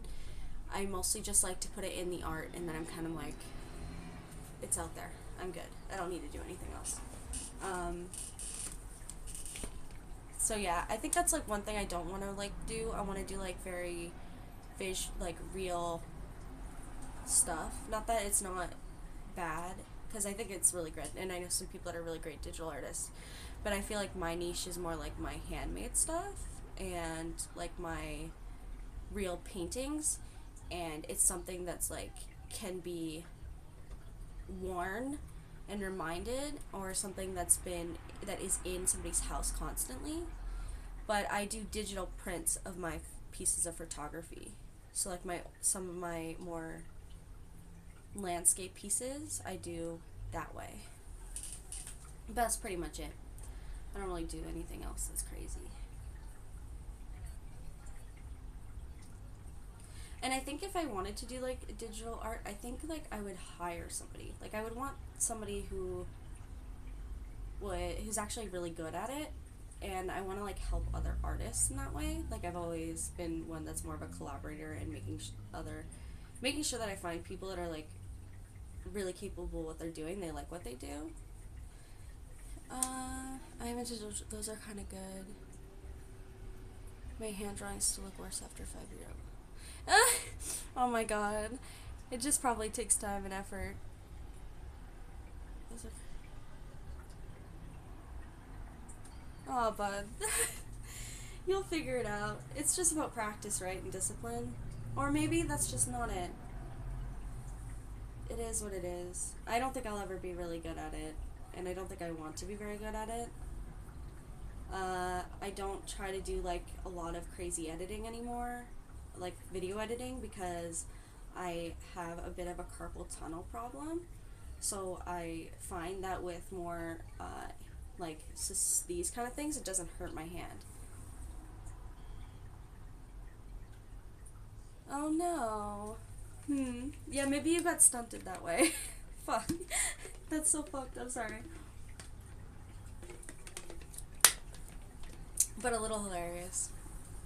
I could say the same thing though too. Yeah. I did recently go through all my art books and find things that I know that could be sellable, but I think I would do that at like vendors. Like I think I would want to do that at vendors places, which is not online. But it's just something to have, because I really like it when you go to a vendor's market. I can win a drawing competition against 3-year-olds though. Oh my god. No, they wouldn't be better than you. You would be perfect. What was I gonna say? I was gonna say that I think like my favorite thing at vendors markets is when they have those piles of just like small art things. And I think I would want to do something like that because I love those, because I put them up on my bulletin board, and I change throughout the seasons. So I think that's like something I would want to do. I haven't put anything on the bulletin board as of recent. Mostly because Bucket kept like destroying the stuff, so I was like, okay, I don't need to do that anymore.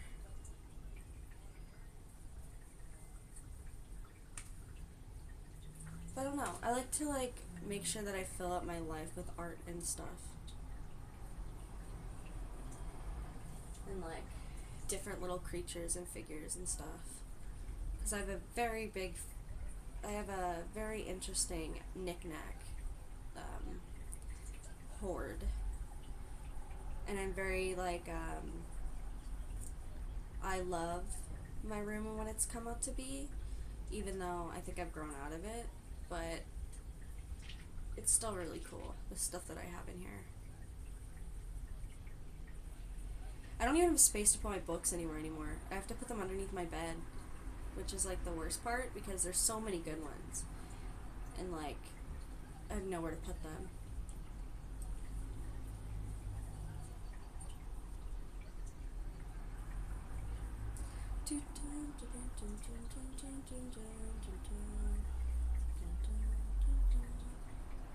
Can't believe I hit the 2-hour mark. It's been a while since I've done this.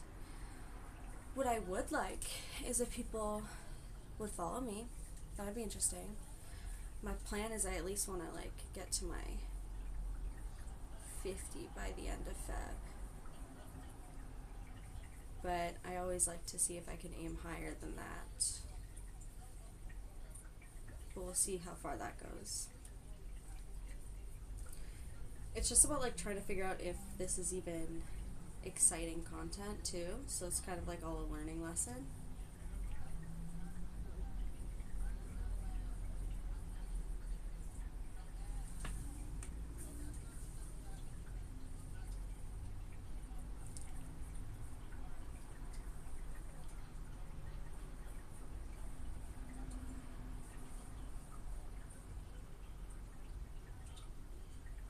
Yeah, no, I agree. I think it really is that. It's just like, and I really wanted to get like more into it. It's just this past week has really like kind of like fucked me over. Not fucked me over, but like definitely did like a whole whoosh, flipped me over. So I got to be more consistent. I think that's what my plan is for like this week is to at least do it every day and then keep trying to go past my hour limit, like my time limit, and see how far I can go. And then go from there. And then also it's just about like finding like the cool things to say, right? Like yes, we have these conversations and I like to have conversations with these people. I've seen streamers go from 0 to at least 50, 100 followers by streaming almost every day for 2 months. For a month or two. Okay, yeah, exactly. It's just like the consistency of doing it. But that's really cool that that works. Thank you for telling me. That makes me feel a little bit better. It's also just like figuring out what I want to talk about or what I want to say. But I think I've gotten a pretty good wheelhouse on that because even in these conversations, it kind of like brings a lot to the table. And then we could have like a discussion and people could think about it. But yeah, I don't know. It's very weird. It's all about figuring it out. And then yeah, I think I want to like set up my Etsy before it gets really big or popular. So then I have it. I just like, yeah, we'll see. I think people will like what they see. It's just going in and designing it and like refiguring out how the store looks and putting it up there. And I keep like my website for my photography up there, but I don't know if I want to keep it on my beacons. Because I like it because it's easy to show people, but also like everything is already shown on my feed, so there's no reason. And then if anybody wants to actually work with me, usually it's just based off of a DM, so it's different. But I thought having like the website would be professional in a way. So, who knows? Oh, sorry, I wasn't listening. It works. Daily posting content for 1 or 2 months works in every social media platform, but the dark side to that is the burnout. Yeah, exactly. And I don't like to be burnt out, but also I have a pretty good balance nowadays that I can understand that. I think my problem right now is I'm trying to find structure. So, like, I don't have my everyday job anymore. So I don't have like the structure of going to work every day and then going out from work and then this and this and this. Like now I have to like figure out my structure by myself, which is kind of confusing. I did that during lockdown times. I managed to make, oh my god, 35 every day. That's insane. Yeah, oh my gosh. Well, you'll have to maybe start working on that if you want to. That'd be cool again. But yeah, don't do that. That's crazy. Um, but yeah, I don't know. It's just like figuring out the schedule and also like not letting things get to me because then I tend to be an emotional person, but not in a bad way. It's just like everything affects me sometimes. So I need to learn to not let certain things affect me in order to get stuff done. Or in the painting scenarios, make it more about the expression that is at hand and then paint that expression so that I'm not feeling it as much. Yeah. Okay, well, that makes sense though because you're making a video based off something that you're already working through, but even still it can be a lot of work, especially on YouTube because you have like editing and stuff. If you edit, I don't edit my stuff anymore. I kind of just like post the video and then it's up in the world. But yeah, I could see how that can be a lot.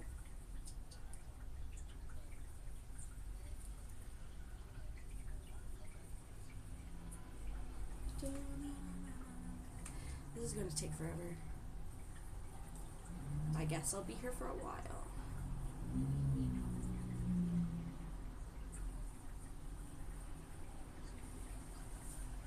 Which was at least a minimum of a 50 to 20 minutes. I had to take retakes sometimes.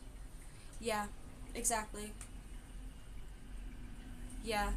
I think that's why I fell out of love with editing in a way, because like that was happening at my old job, and that's what caused me a burnout. So I can completely understand that. Yeah, it's too much pressure, and you should be enjoying what you make, not like being destroyed by it, right?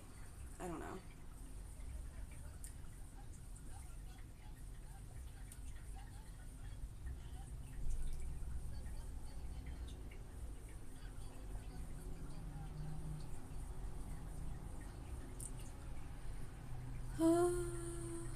Yeah, I will never try to do that to myself again, but I still need to learn to push myself a little bit further than what I'm used to. But yeah,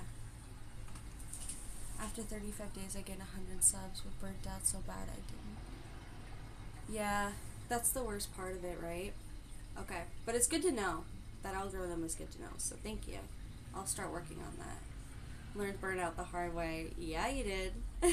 It's okay. At least you know better now.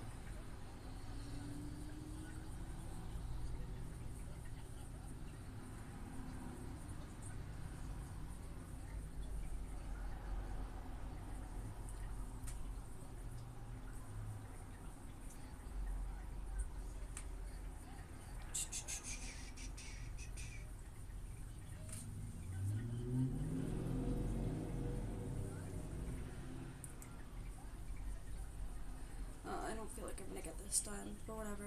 I'm still gonna go for it and push myself to do it. Maybe, if anything, I'm gonna take a break and just start weaving it in and out to make the scarf.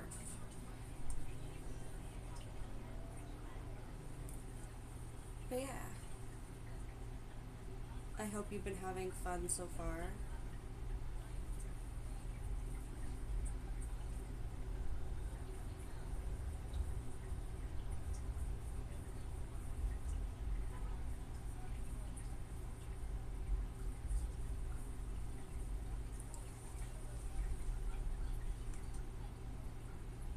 Oh yeah, no, that's definitely what burnout is.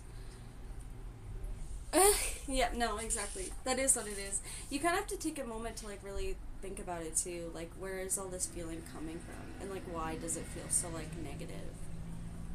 Yeah, it doesn't really get better that way. I can definitely understand that.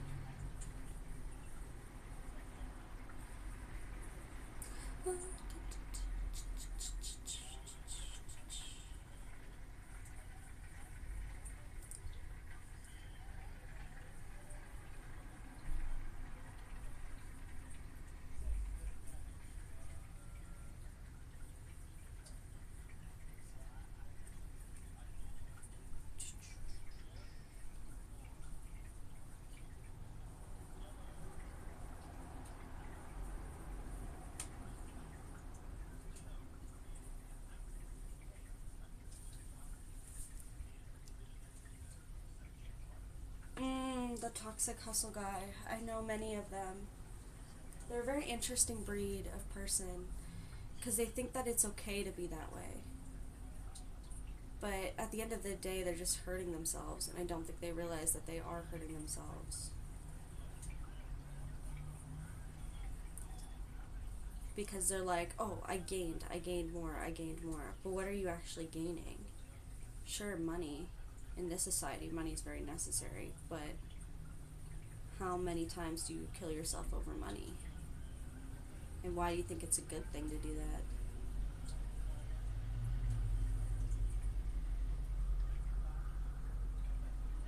Oh, okay, there you go. It like grew to something, right? No, I like that. No, it's really cool. It literally is that way, right? We learn from our experience, and then with that, we choose to find more information in it. I think that's like one of the best parts about being human.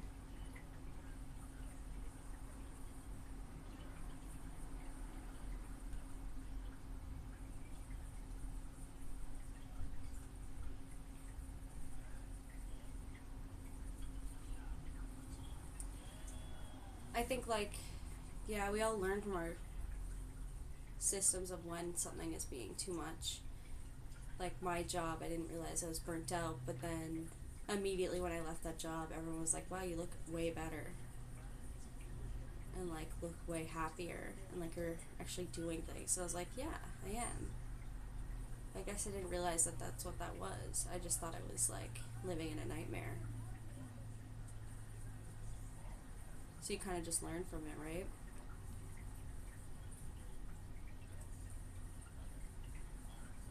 It's interesting.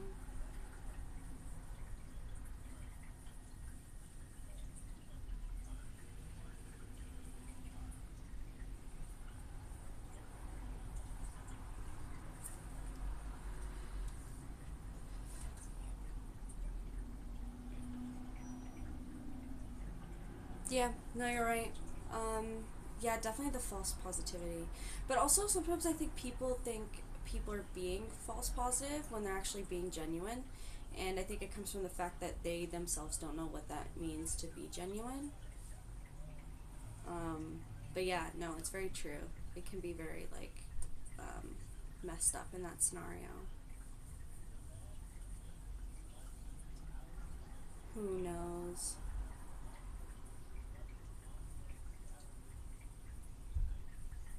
I know after this I gotta bring in my lottery ticket. Interesting, we'll see what happens.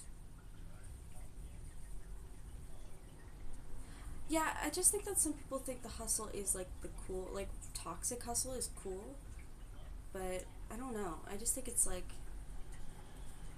really taxing, and that's like the sad part about it. But then again, our world has made us think that we have to overwork in order to feel fulfilled or to like be able to survive. So it's really depressing in that sense. And then again, I don't have always the best idea of what money is because of my own experiences. So who knows?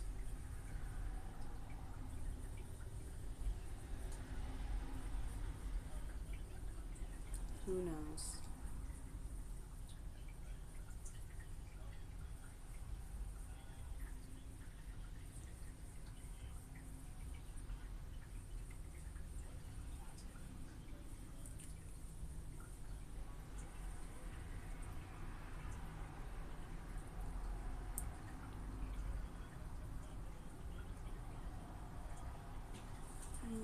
The movement, the emotions which we numb and burn out hits hard like hitting. No, that's true. It kind of like bubbles up until you finally like have it before it finally just decides to like completely crack under pressure. Uh huh. No, it's very real.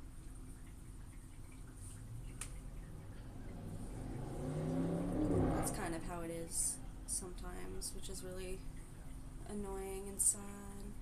The sun is gone, by the way, and it makes me sad because now my light's all a mess. I gotta find a light that goes this way.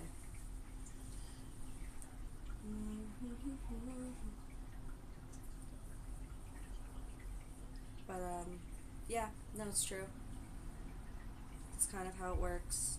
I think I was also in that scenario, but like emotionally, I never really uh, dealt with anything in my life, and then out of nowhere, it all just kind of hit really hard. So I think we all have that moment of like, aha.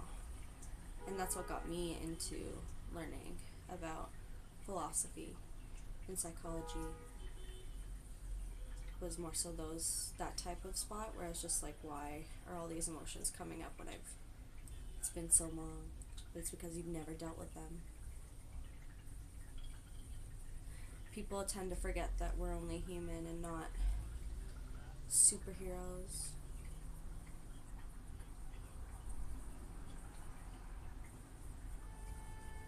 Also, it's like probably 6 p.m. at this point, and I'm still drinking coffee. The worst part in that is those people believing that don't listen to your mind, just work, mind and emotions are your enemy.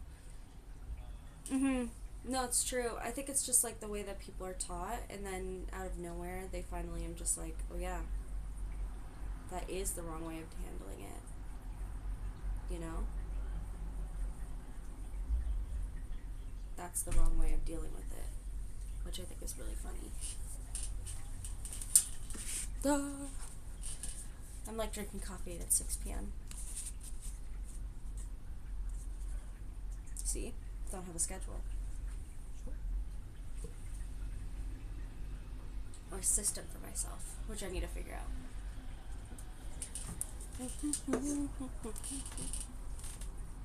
Okay, what is with people in Red Bull? It's so...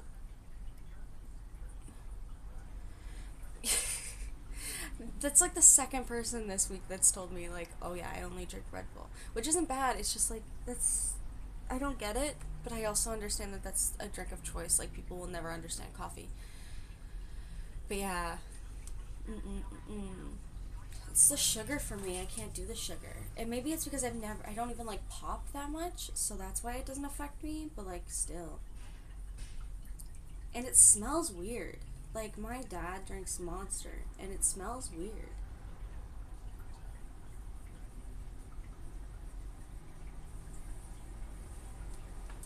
Yeah. No, I can understand that. And some people need that. Maybe I just don't need that. Because I'll have Jaeger bombs, which is like Red Bull and Jaeger, but that's a once in a blue moon moment.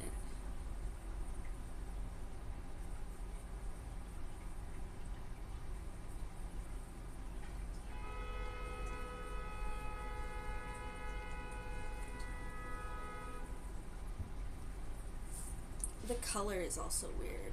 Like, I don't understand. But to each their own. We all have our thing. To be fair, I started... Yeah. Wait, it depends. It's like the taste which slowly grows and some people most hate on first sip. Okay, yeah, that makes sense. It's the smell for me. I don't understand the smell, and the smell like freaks me out, and then I'm like, no thank you. It's just like kind of gross. I don't know.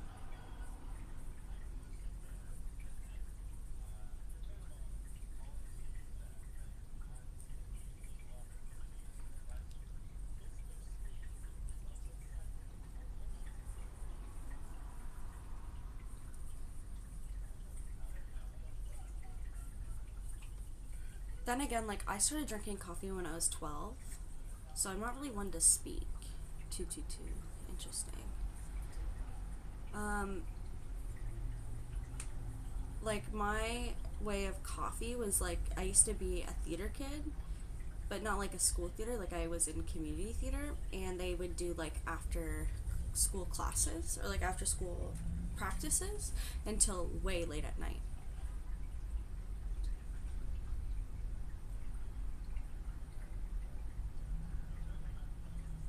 Oh, yeah, that makes sense. But yeah, I was a theater kid, so then the only way to keep me up at night was my grandma would, like, hype me up on coffee before any of my things, and then I would be good for the thing. And then that's where my addiction started. But even still, before that, she kind of, like, fed me into it, because that's her favorite drink. But, it was always coffee and cigarettes. But, yeah, I don't know. No, you're right though. It's like it would have to be like alcohol. It takes a while, and then you get used to it. And I think that's with coffee too. I hate tea. Tea is boring, unless you're sick or unless it's bubble tea. Um, yeah, and like I'm very particular on the type of liquor that I drink, anyways. So like I can totally see it. Like I'm a tequila girly and a gin girly, and then sometimes whiskey. Um, I don't know. That's a good question. That's also not the. It's not weird because I've also been asked if I was on the autism spectrum recently, but that was because I was talking about the fact that I don't like shopping. But I've never been tested. I did get tested for an OCD thing because I had OCD growing up, and I took like meds for it, but I'm off like meds and stuff because it was just kind of groggy and it didn't make me feel good. And most things when you have anxiety are just triggers, so you just like work through the triggers. But I don't know. I've never been tested. Do I seem like it? Maybe. I'm not very like. Oh, okay, cool. Does that like count for like the reason of why we have addictions? Not that I'm not saying that yours is like not valid. I understand your side of it. It's just like, is that a thing? I didn't realize that was a thing.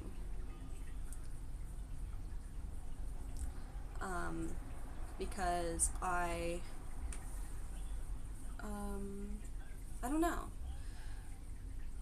I do have addictive tendencies, but I don't know if that's based off of ADHD or if that's just based off of my childhood of not having like a constant structure or like a system in place.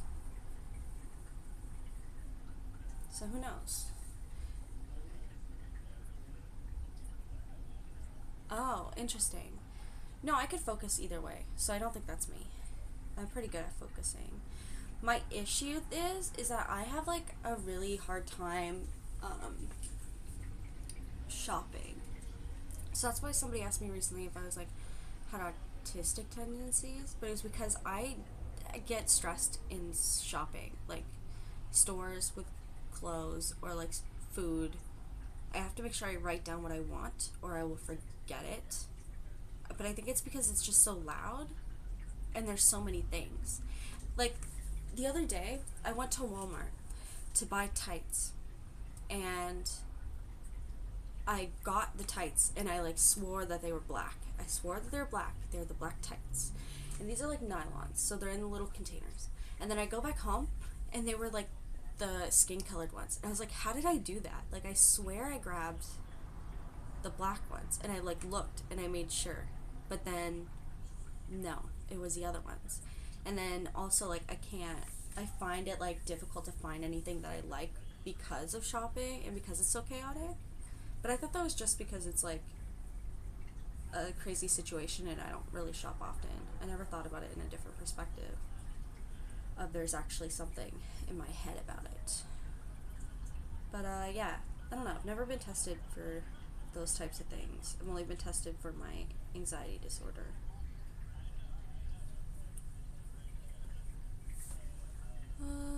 Some people can focus using caffeine to nicotine, alcohol, or even there's playing music, but all of it does suggest there's a focus issue in the end of the day. But then that's the question of like, is that because there's an underlying issue, or is that because in our society now we don't focus? Like there's so many things we don't need to focus on, or there's so many different distractions that can cause a lack of focus. So like what is the difference between those, right? Both are valid and both might be equal, but also you can't, but also like what could be the difference, right? I don't know. You need something constantly to focus on something.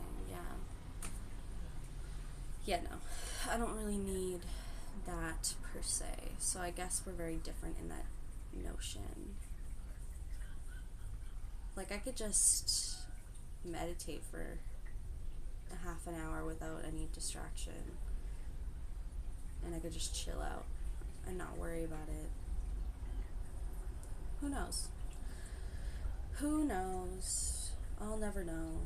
I don't really care to know. Because last time I was like put on anxiety meds, there might be an underlying issue. Yeah.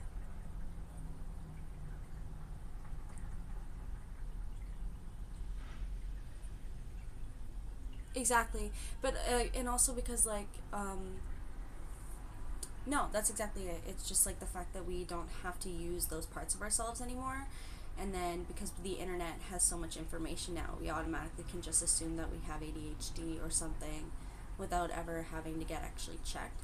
Which again, sometimes it's very hard to get checked and you can self-diagnose, but you have to be very careful with that self-diagnosis. And you have to figure out who the best people to talk to are. But yeah, it's confusing that way. I try not to dwell on it. And like I said, like when I was dealing with my anxiety disorder, which I still have, like you can't get rid of that stuff.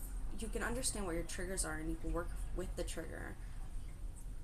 But that's also based off of if you're mentally strong or capable to do that. or if you're that messed up, then it's a bit easier to do that. But I didn't like when I was on medication because I just was so groggy and tired, and I didn't feel like I could do anything. So that's why I don't do that anymore.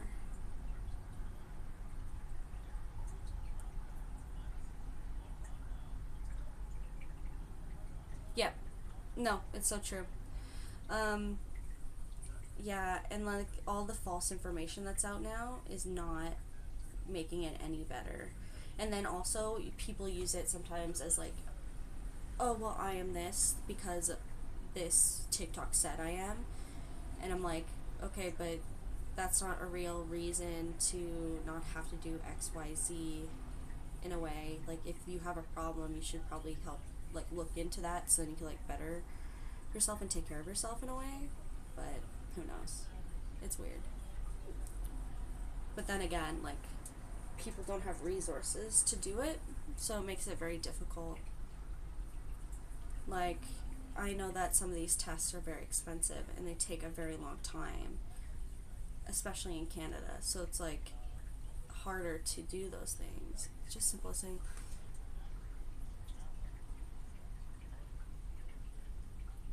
yeah, it's like it could be multiple different things. It's never gonna be solidified that way. I don't know. It's weird.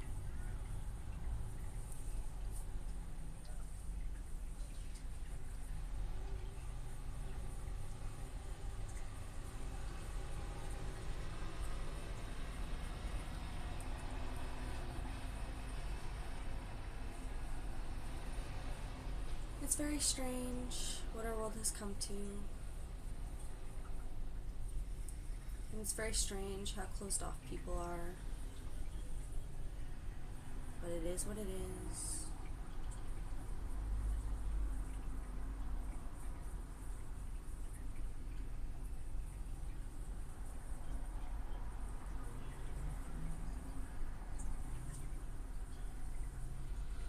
Yeah.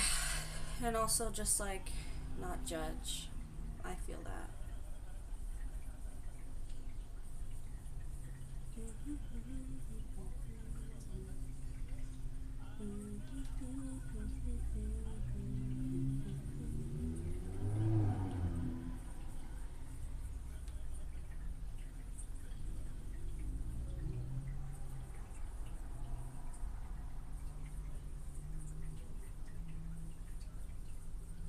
But yeah. I don't think I'm gonna finish the square today. But anyways, I could start building a bit of it. It's just figuring out what way to build it. Like the color wise. You have to be more like this. Green, then a color, green, and then a color, and then the mixed green, and then another color, and then it'll be perfect.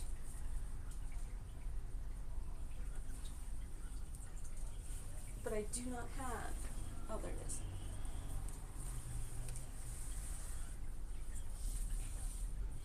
is.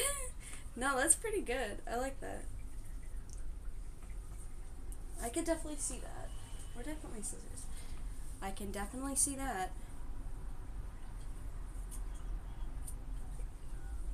We have old people running our systems as if they understand what the new world is. Because they're supposed to be showing us what the new world is, even though they have no sense of actual understanding, which I think is hilarious. And all for what? Yes, they might have experience in some ways, but it doesn't really mean anything anymore. With their experience being so old.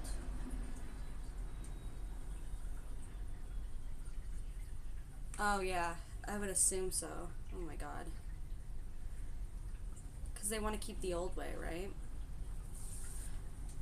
And they like to ignore the new way, or like try to make it be like it's a bad thing, or confusing.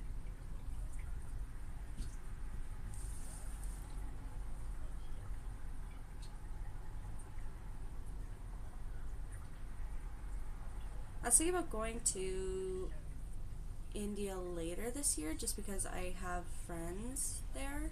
Like my best friend lives in Mumbai, so I thought I might go by, but also I'm not a traveler in any capacity. I'm not very good at it, and it's quite stressful.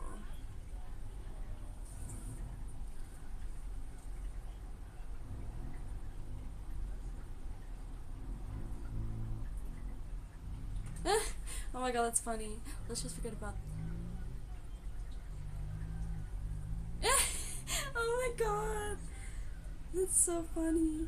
It probably looks like a bunch of old mice just trying to run around and try to figure out answers. Not even run around. Or like sloths, just sloths laying there and expecting that they can figure it out without doing anything or having any knowledge about it. That's why I think like this in Canada, this election year is going to be very interesting because now we have one person who is very well adapt going up against a person that has literally no idea what's going on, but the one that has no idea what's going on is a part of one of the biggest parties. And then you wonder like how that's going to turn out. Because do we pick somebody that's actually smart, but the party has a weird reputation, or do we pick somebody who's like a literal dummy and has whatever XYZ records, but it's because they're in a party that's usually deemed as like a very good party. I don't know, it's very interesting.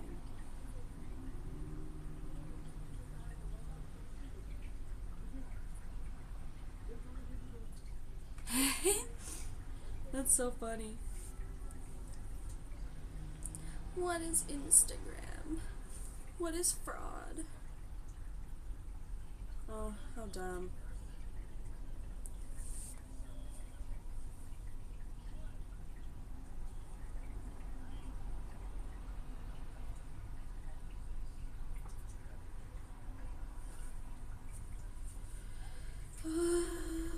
We will figure it out as we go. Things have to change in some way. It's just, how will it change?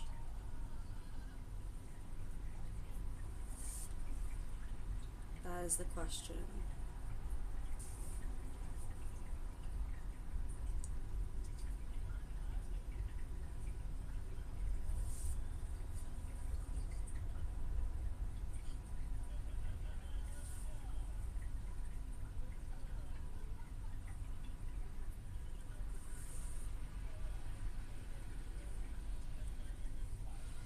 Oh, interesting.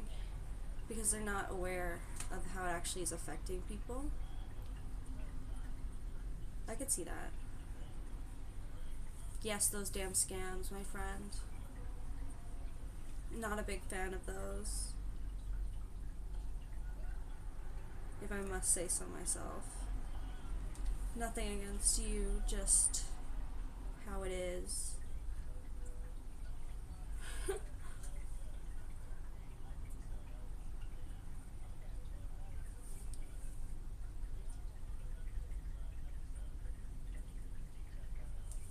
But to be fair, I think the scams are getting worse in everywhere. And how they use things now is really scary. And I would like to say, oh, I don't want to be on conspiracy talk, but, you know, conspiracy talk is kind of helpful sometimes.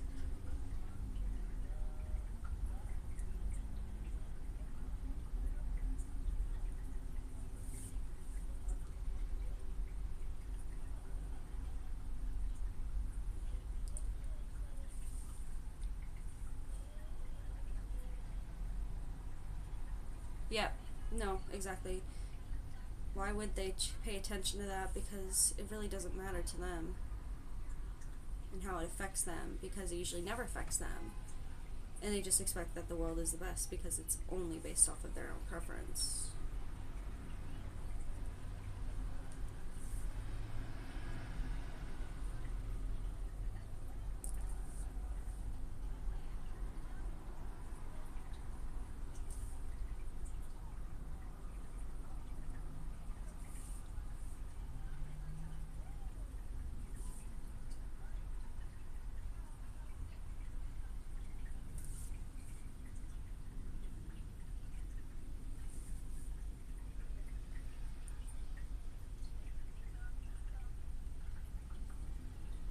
Sorry, I've been getting distracted. In fact, it's so messed up. Some scammers just end up bribing the politicians, that's all. You would think that after, if that would happen, they'd be a bit more on it, but of course not. It's just a circle of who did what and what happened. It's so interesting.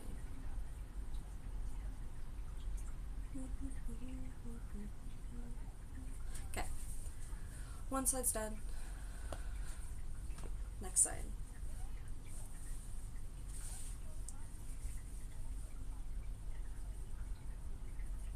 Hi, Tap. You okay?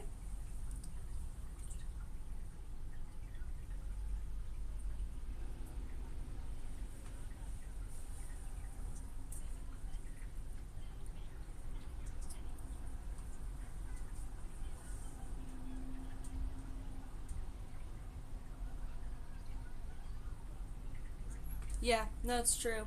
I think that's like something that's very much going to happen. We're close to it, but we're not close enough. Like, I think like once it happens once, then everything will start to fold. Like that. You just need the first person that will change it, and then it starts to work out that way. But until then, there will always be the difference. But it's coming. It will come.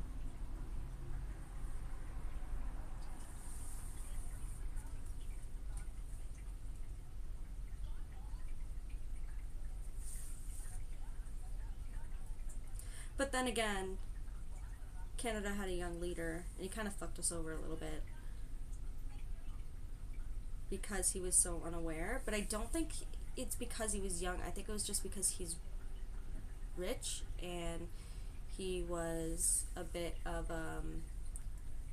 what's it called when your dad had a job at first? Oh, a nepo. He's very much a nepo baby, so it makes sense as why he had no idea what he was doing.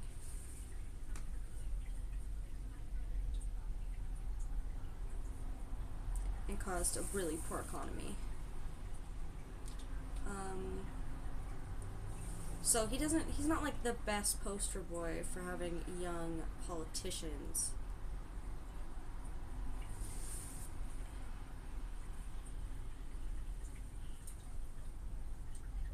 Oh, I don't know. I think I'll be going to Mumbai because that's where Hazel is. I think.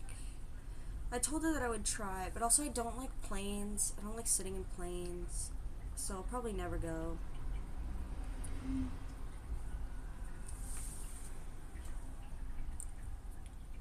But she always asks because she moved like a month or two ago. And she's like, you'll have to come and see me. And I'm like, yes. I will try one day. Or we'll meet somewhere else that is way less farther away from that. Oh, okay, cool. I like that. I will be honest, I don't know much about it. But that is my own fault because I do not know geography that well. The car beeps behind as if they know. I'm planning to shift to Mumbai maybe. Okay, cool.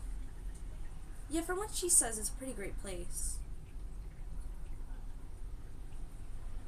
Again, I think it would mostly just be good to see her again.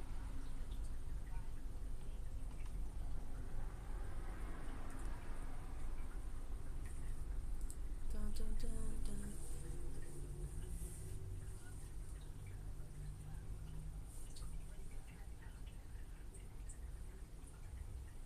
Okay, so it's 2:44.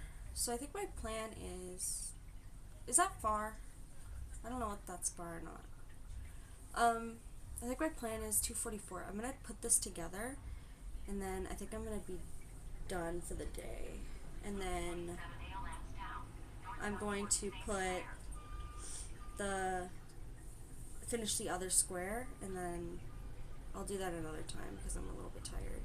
I'll probably finish the other square and do the tassels tomorrow, and then we could say that we're done with these projects. And we'll be good. and then we could start working on painting again.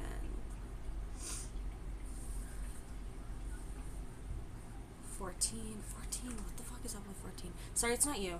It's my, I just see 14 everywhere today. Okay, that's a lot. But that's probably not a lot for some people. I just have never done that before. I think the longest I've ever done is like a 9-hour trip. And we had to stop all the time because I just hate sitting in a car for that long.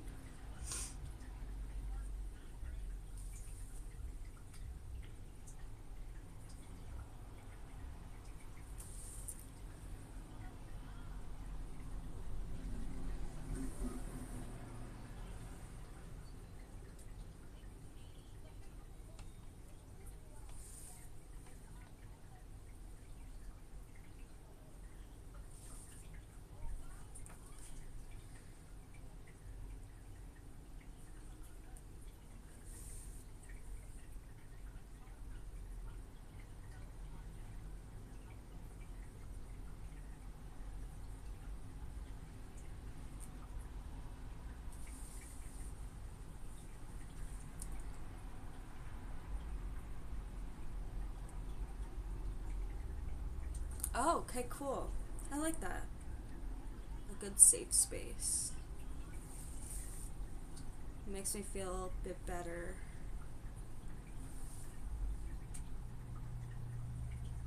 But I'll have to check it out. I think if anything, my plan for like trips this year is I want to go to Japan, because then I get to see my friend, and then I could do some really cool photography stuff there, and then I want to do it while she's still there for school, so then it would be a lot of sense. And then I want to do Italy. I think Italy would be really fun. And eat pasta. If I ever went somewhere. But then again, I don't try to like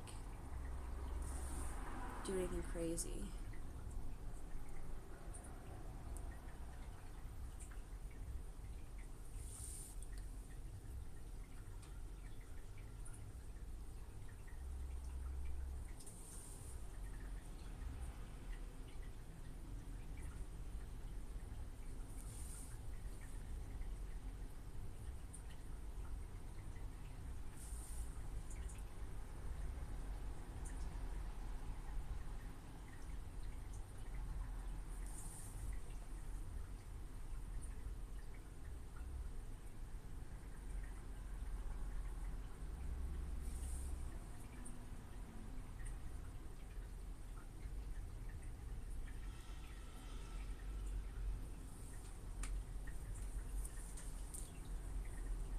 Oh, sorry, I was not listening.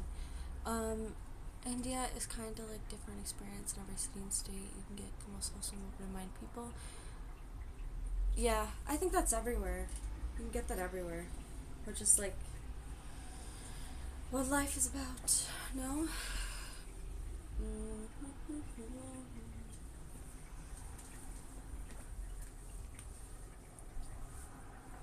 You can get that in just Ontario alone. You can get that in Toronto alone.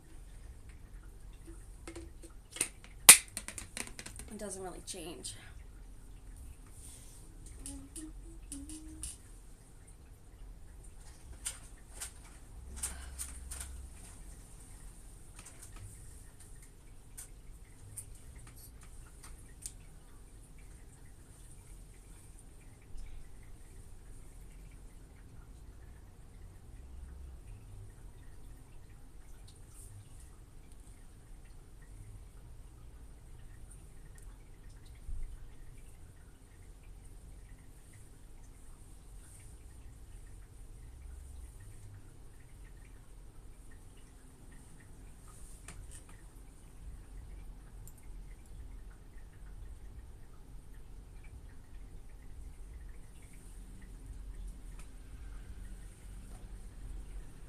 Sorry, I'm just trying to focus on this a bit right now, but I also am like paying attention.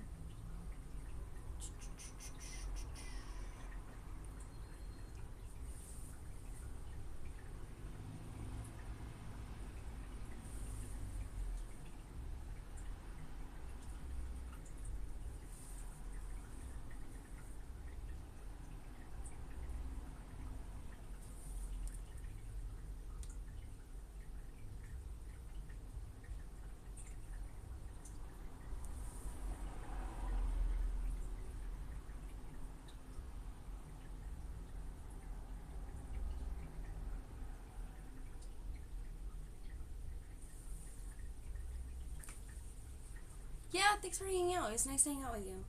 I hope you have a good one. I think I'm gonna shut this down anyways soon.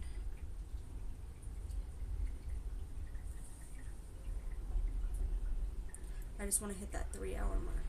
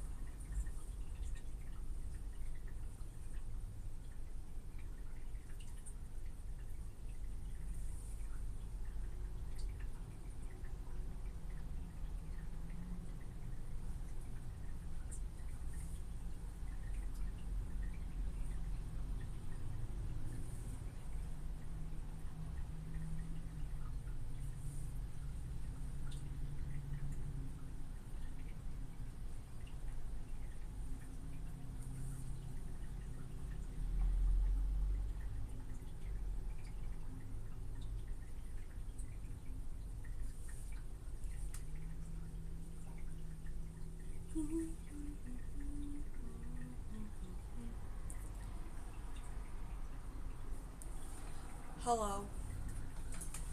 I am making scarves. I did like blocks. Sorry, I got distracted.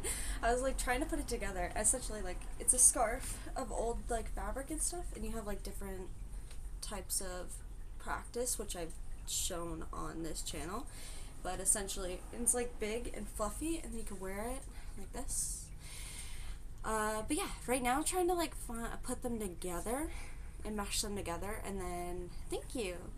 I plan to sell these soon, so if you are interested, you should definitely put in a follow and stuff, and you can watch the experience of this and when it gets put online. But I can put more information on that later. But essentially, like, I just need to put the little cute tassels. Okay, cool. Yeah, definitely. Come hang out with me. We talk about fun things here too. But sorry, I got distracted by trying to put this together.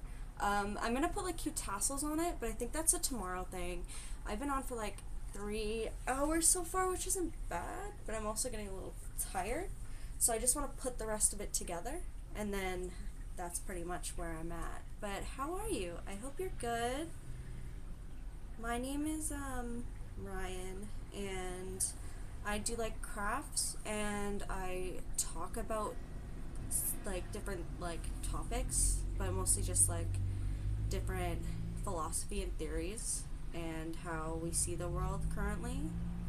I find it very interesting, and also I like to ask questions to the people to be like how they see things, and we kind of like learn.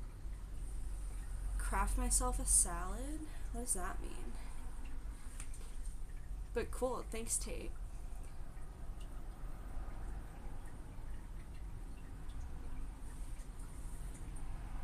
If only I knew that, but then again, does that mean you're cool or am I cool? Because I think I'm way more cooler.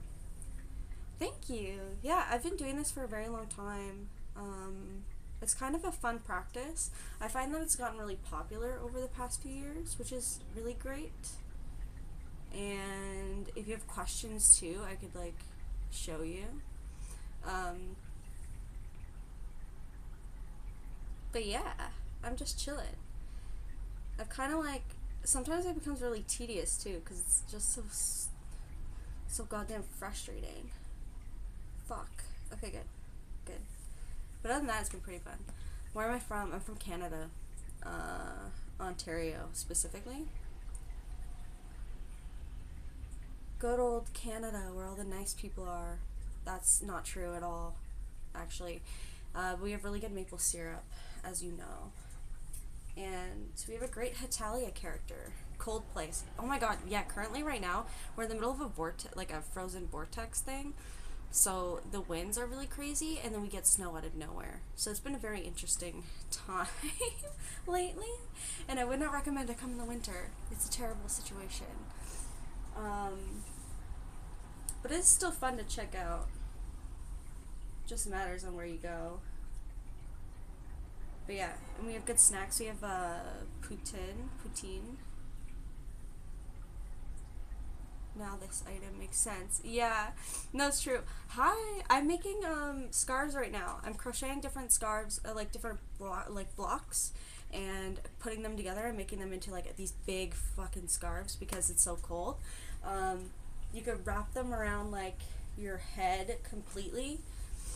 I also did like the granny square, trying to show people how to do it because this tends to be a very big and crazy thing. Maybe I'll start wearing it, but essentially it's like keeps you warm, and it's long, and it's thick and like big. That is such an innuendo, but good one.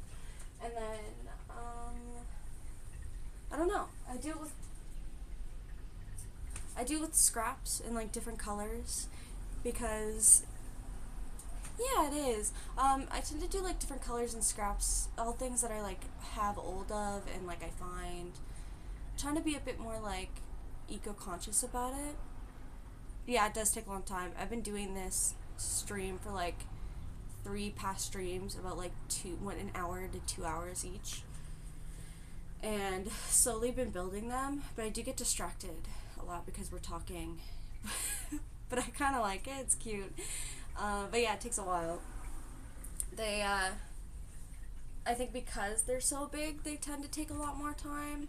But then I don't think they would be as good of a product if they were small and skinny. No, yeah. Yeah, but also if you want to like watch the progress, you should totally follow and like watch. It's pretty much done at this point. I think I only have one more session of this because right now I'm putting them together like this. Yeah, it takes a very long time. But yeah, no, we are like kind of finishing up all of these pieces, and then my plan is to go back into doing some painting and like showing different painting techniques and stuff, and just talking about like the ideas of where the painting is coming from. But it kind of like changes as we go, and we just talk about life and things. But yeah, you're right. This type of like texture art or like fiber art, is that what that's called? Can take a very long time. People don't realize how much effort gets put into it, and that's why it tends to be expensive. But then again, expensive, it doesn't really matter if you're supporting real artists. Okay, cool. Yeah, I think that's what I'm gonna start doing on Tuesday, because tomorrow I want to finish all of these and just do like the final touches, and then I plan to go back into painting because I'm trying to build my catalog, because I was planning on putting it in a gallery next month. But I tend to do a bunch of random things and try different techniques, kind of just like whatever's in my head. And then, no, it's pretty much cool. Recently I did one that was like this massive picture of two pigeons, and I called it the Watchers because I think it's really funny when people think the whole like bird theory of birds aren't real.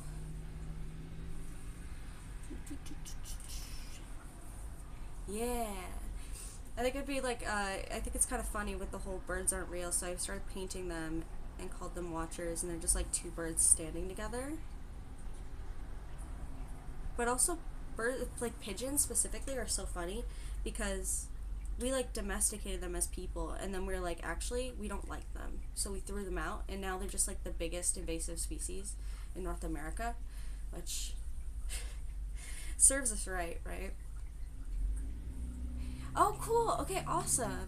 Yeah, I like always wonder about galleries and stuff, because I would rather go to like smaller art galleries and put my stuff out than going to big pieces, because first off, it's just like in this city we have so many different little things. It'd be really cool to do it. And then also you don't want to be like a bit what's that word?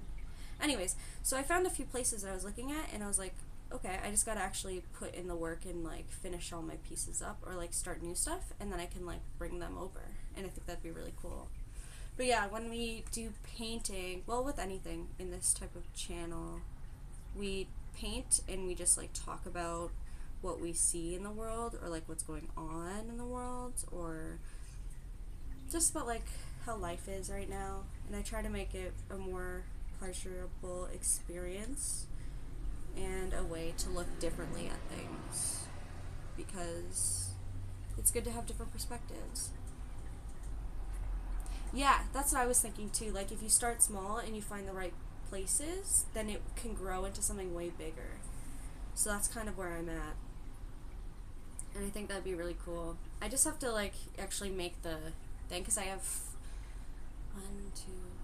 I have 4 pieces so far. I would have to start building and creating a bit more to like create a real gallery of it. But yeah, I'm excited.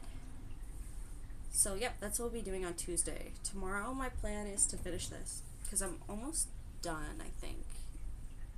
I gotta make dinner soon. So I'm gonna like do that on Tuesday. I'm probably going to do it at this time, but I can leave a reminder and do a setup thing for that.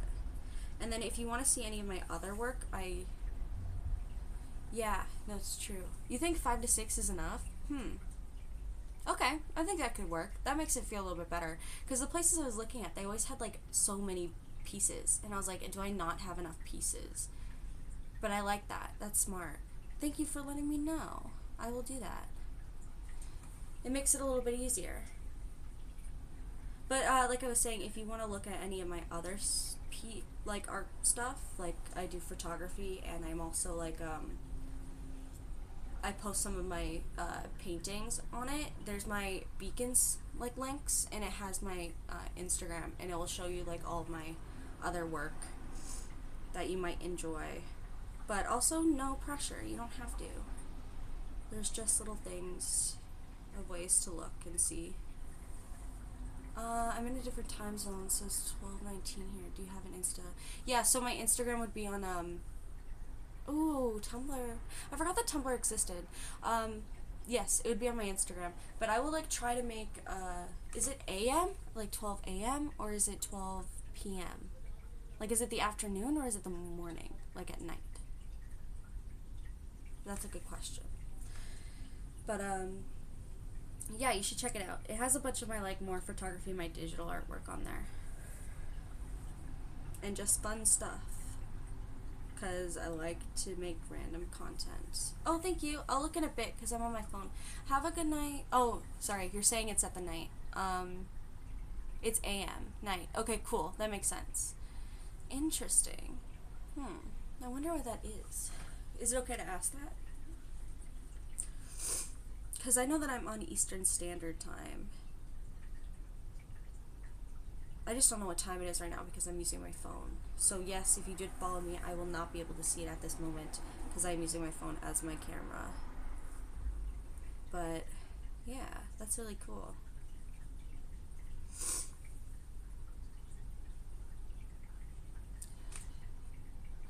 Where the hell is that? Tunisia. And how do you say it? Tunisia? Wow. I don't think I'll like make myself look better in that scenario. But I'm so bad at that. Oh my god. But that sounds really fun. If I knew geography, I would probably have a better idea where that is. But that is not my strong suit. I wonder if it's like a European country or an Asian country. Tunisia. Cool. Tunisia. I like that. I'll have to look it up and figure out where that is. Because that seems really cool. Oh.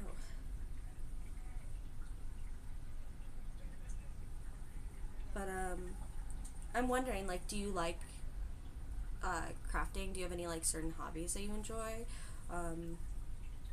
You probably found this by just, like, looking around, right? So, that's pretty interesting.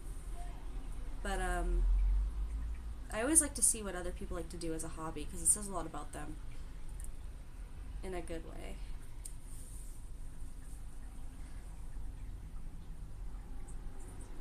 But then again, there's so many different ways of, like, people tend to do a lot of different hobbies all at once because it's so multi-dimensional.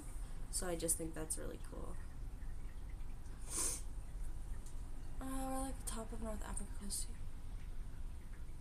Oh, okay, that's cool. I like that. Even my family are very... so you move a lot, or like travelers. That's not the best way of putting it, but travelers. Yeah, I do art, and I'm always into art in any kind of... Oh, that's cool. I like that. Yes, that's how I am.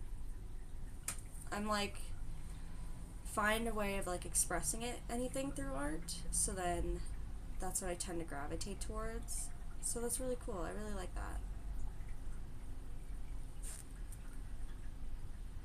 I think it's just like whatever you can get your hands on and you create something out of it is so exciting, and that's what I try to do when I do my art.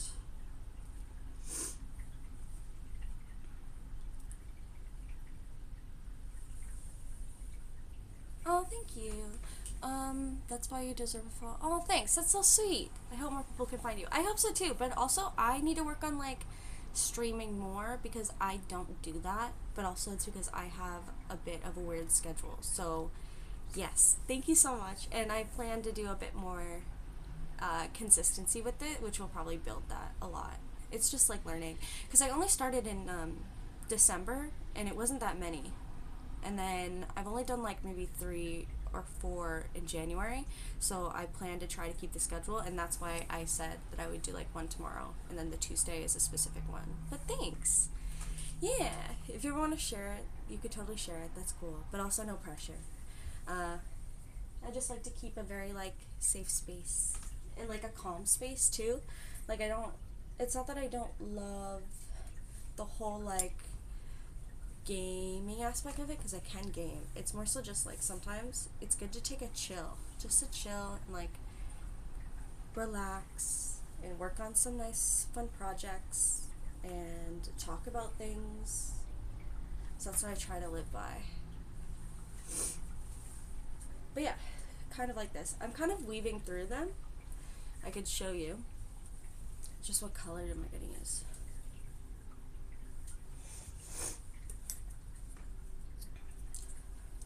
This one. And you kind of just like, to intersect it, you want to just kind of weave the string in and out at the edge where they both attach. And then just keep going.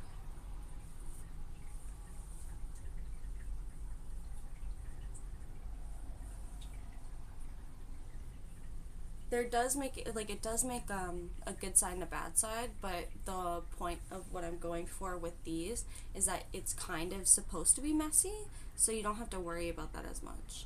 Like, how to explain it? Like, I still keep the edges on these things because I think it kind of looks cool when you wear it, and it doesn't look perfect. And I think that, like, having a bit of a mess can also be really fun.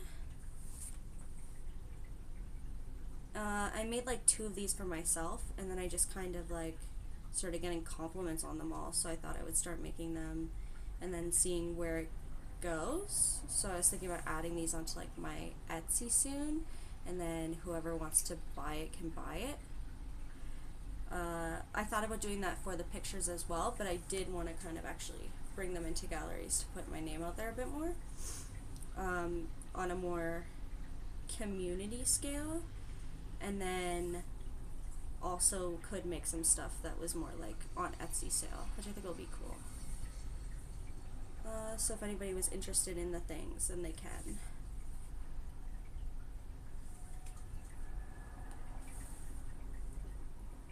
But also if there's like certain suggestions of how do I do a certain thing when it comes to crochet, I really like to show that and like be more helpful in the scenario, because it can be like a daunting thing to start.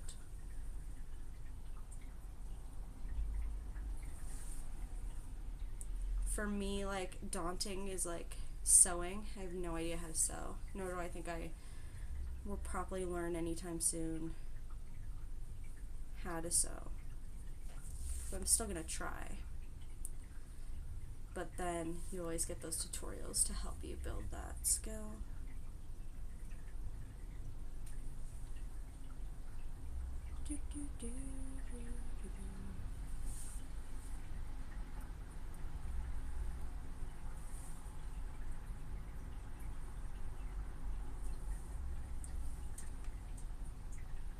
Okay, so if you're gonna try it, I would suggest, instead of like buying all the tools and stuff, get those kits. So like there's the kits that have like the animals, or a kit to like make a scarf. You can get them at like anywhere. I don't know if you have like dollar stores or something, but you could get them at like Walmart or dollar stores, or like just like very basic stores.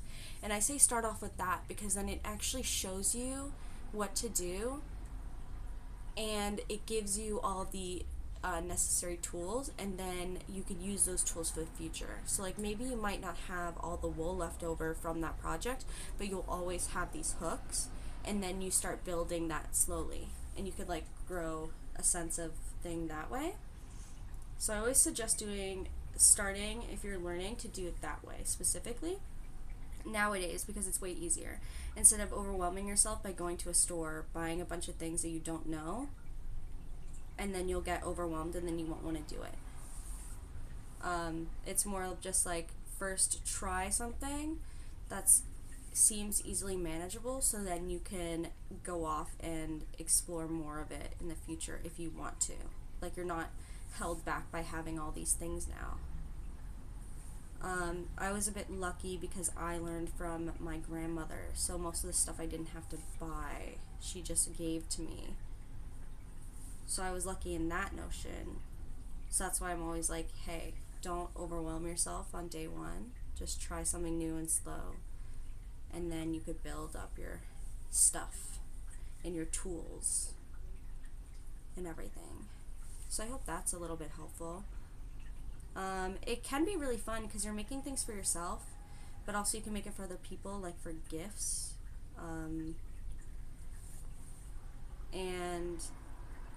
then you could rock your own scarf and thing.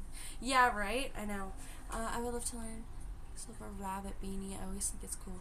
Dude, I've tried to make those. Those are hard, but I love them. And I think you should try them. Like, go for it. Once you practice a little bit, because even I don't know how to do it. But yeah, God bless my grandmother. She tends to have a lot of random stuff, and then I just tend to take it when I go into her basement and hunt for things. That's why I have all of this, like, yarn, and it's so, like, kind of crazy different colors. Because that's where I would go hunting, but I love it. Same as, like, I have a bunch of fabric currently because my other grandmother does sewing, but I want to use it to make patches, so, like, paint characters and stuff on them, and then sell them out for patches, which I think will be really fun, and people can use them to their own way. So yeah, it's kind of just like take what is given and then make something out of it when it comes to my type of art.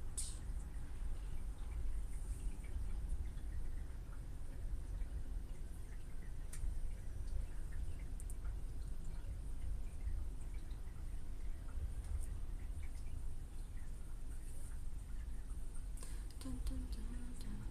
I've never actually streamed this long before either, so I feel like I'm getting a little bit burnt out in a way, but it's okay. I have to start building a tolerance for it, which is kind of fun, but I'm getting a little hungry.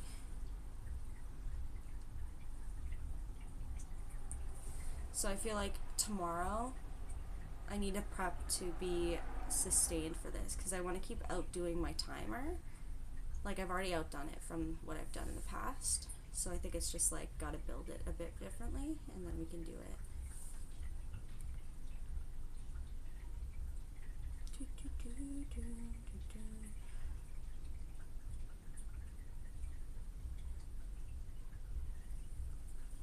Cool. Another one. Done.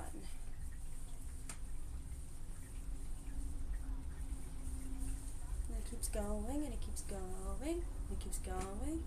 And then I just have to finish one more square, and then I'm done. Such a lovely soul. I'm gonna go play Valorant because my friends. Oh, thank you. But yeah, I'll see you soon. Definitely on Tuesday. I don't know if that's the same for you, but it would be 2 streams from now. We'll do some painting, and then we can have fun. Thank you. Yeah, I'm gonna finish up too. I'm kind of tired, but I hope you have fun playing Valorant. I have no idea how to play that, but I think it'll be fun. Have a good one, and have a good one for everyone in the stream. I think we did a very good thing today. We worked hard and we kept going, so I think it'll be really great for tomorrow. Thank you. Yeah, have a good one. Bye.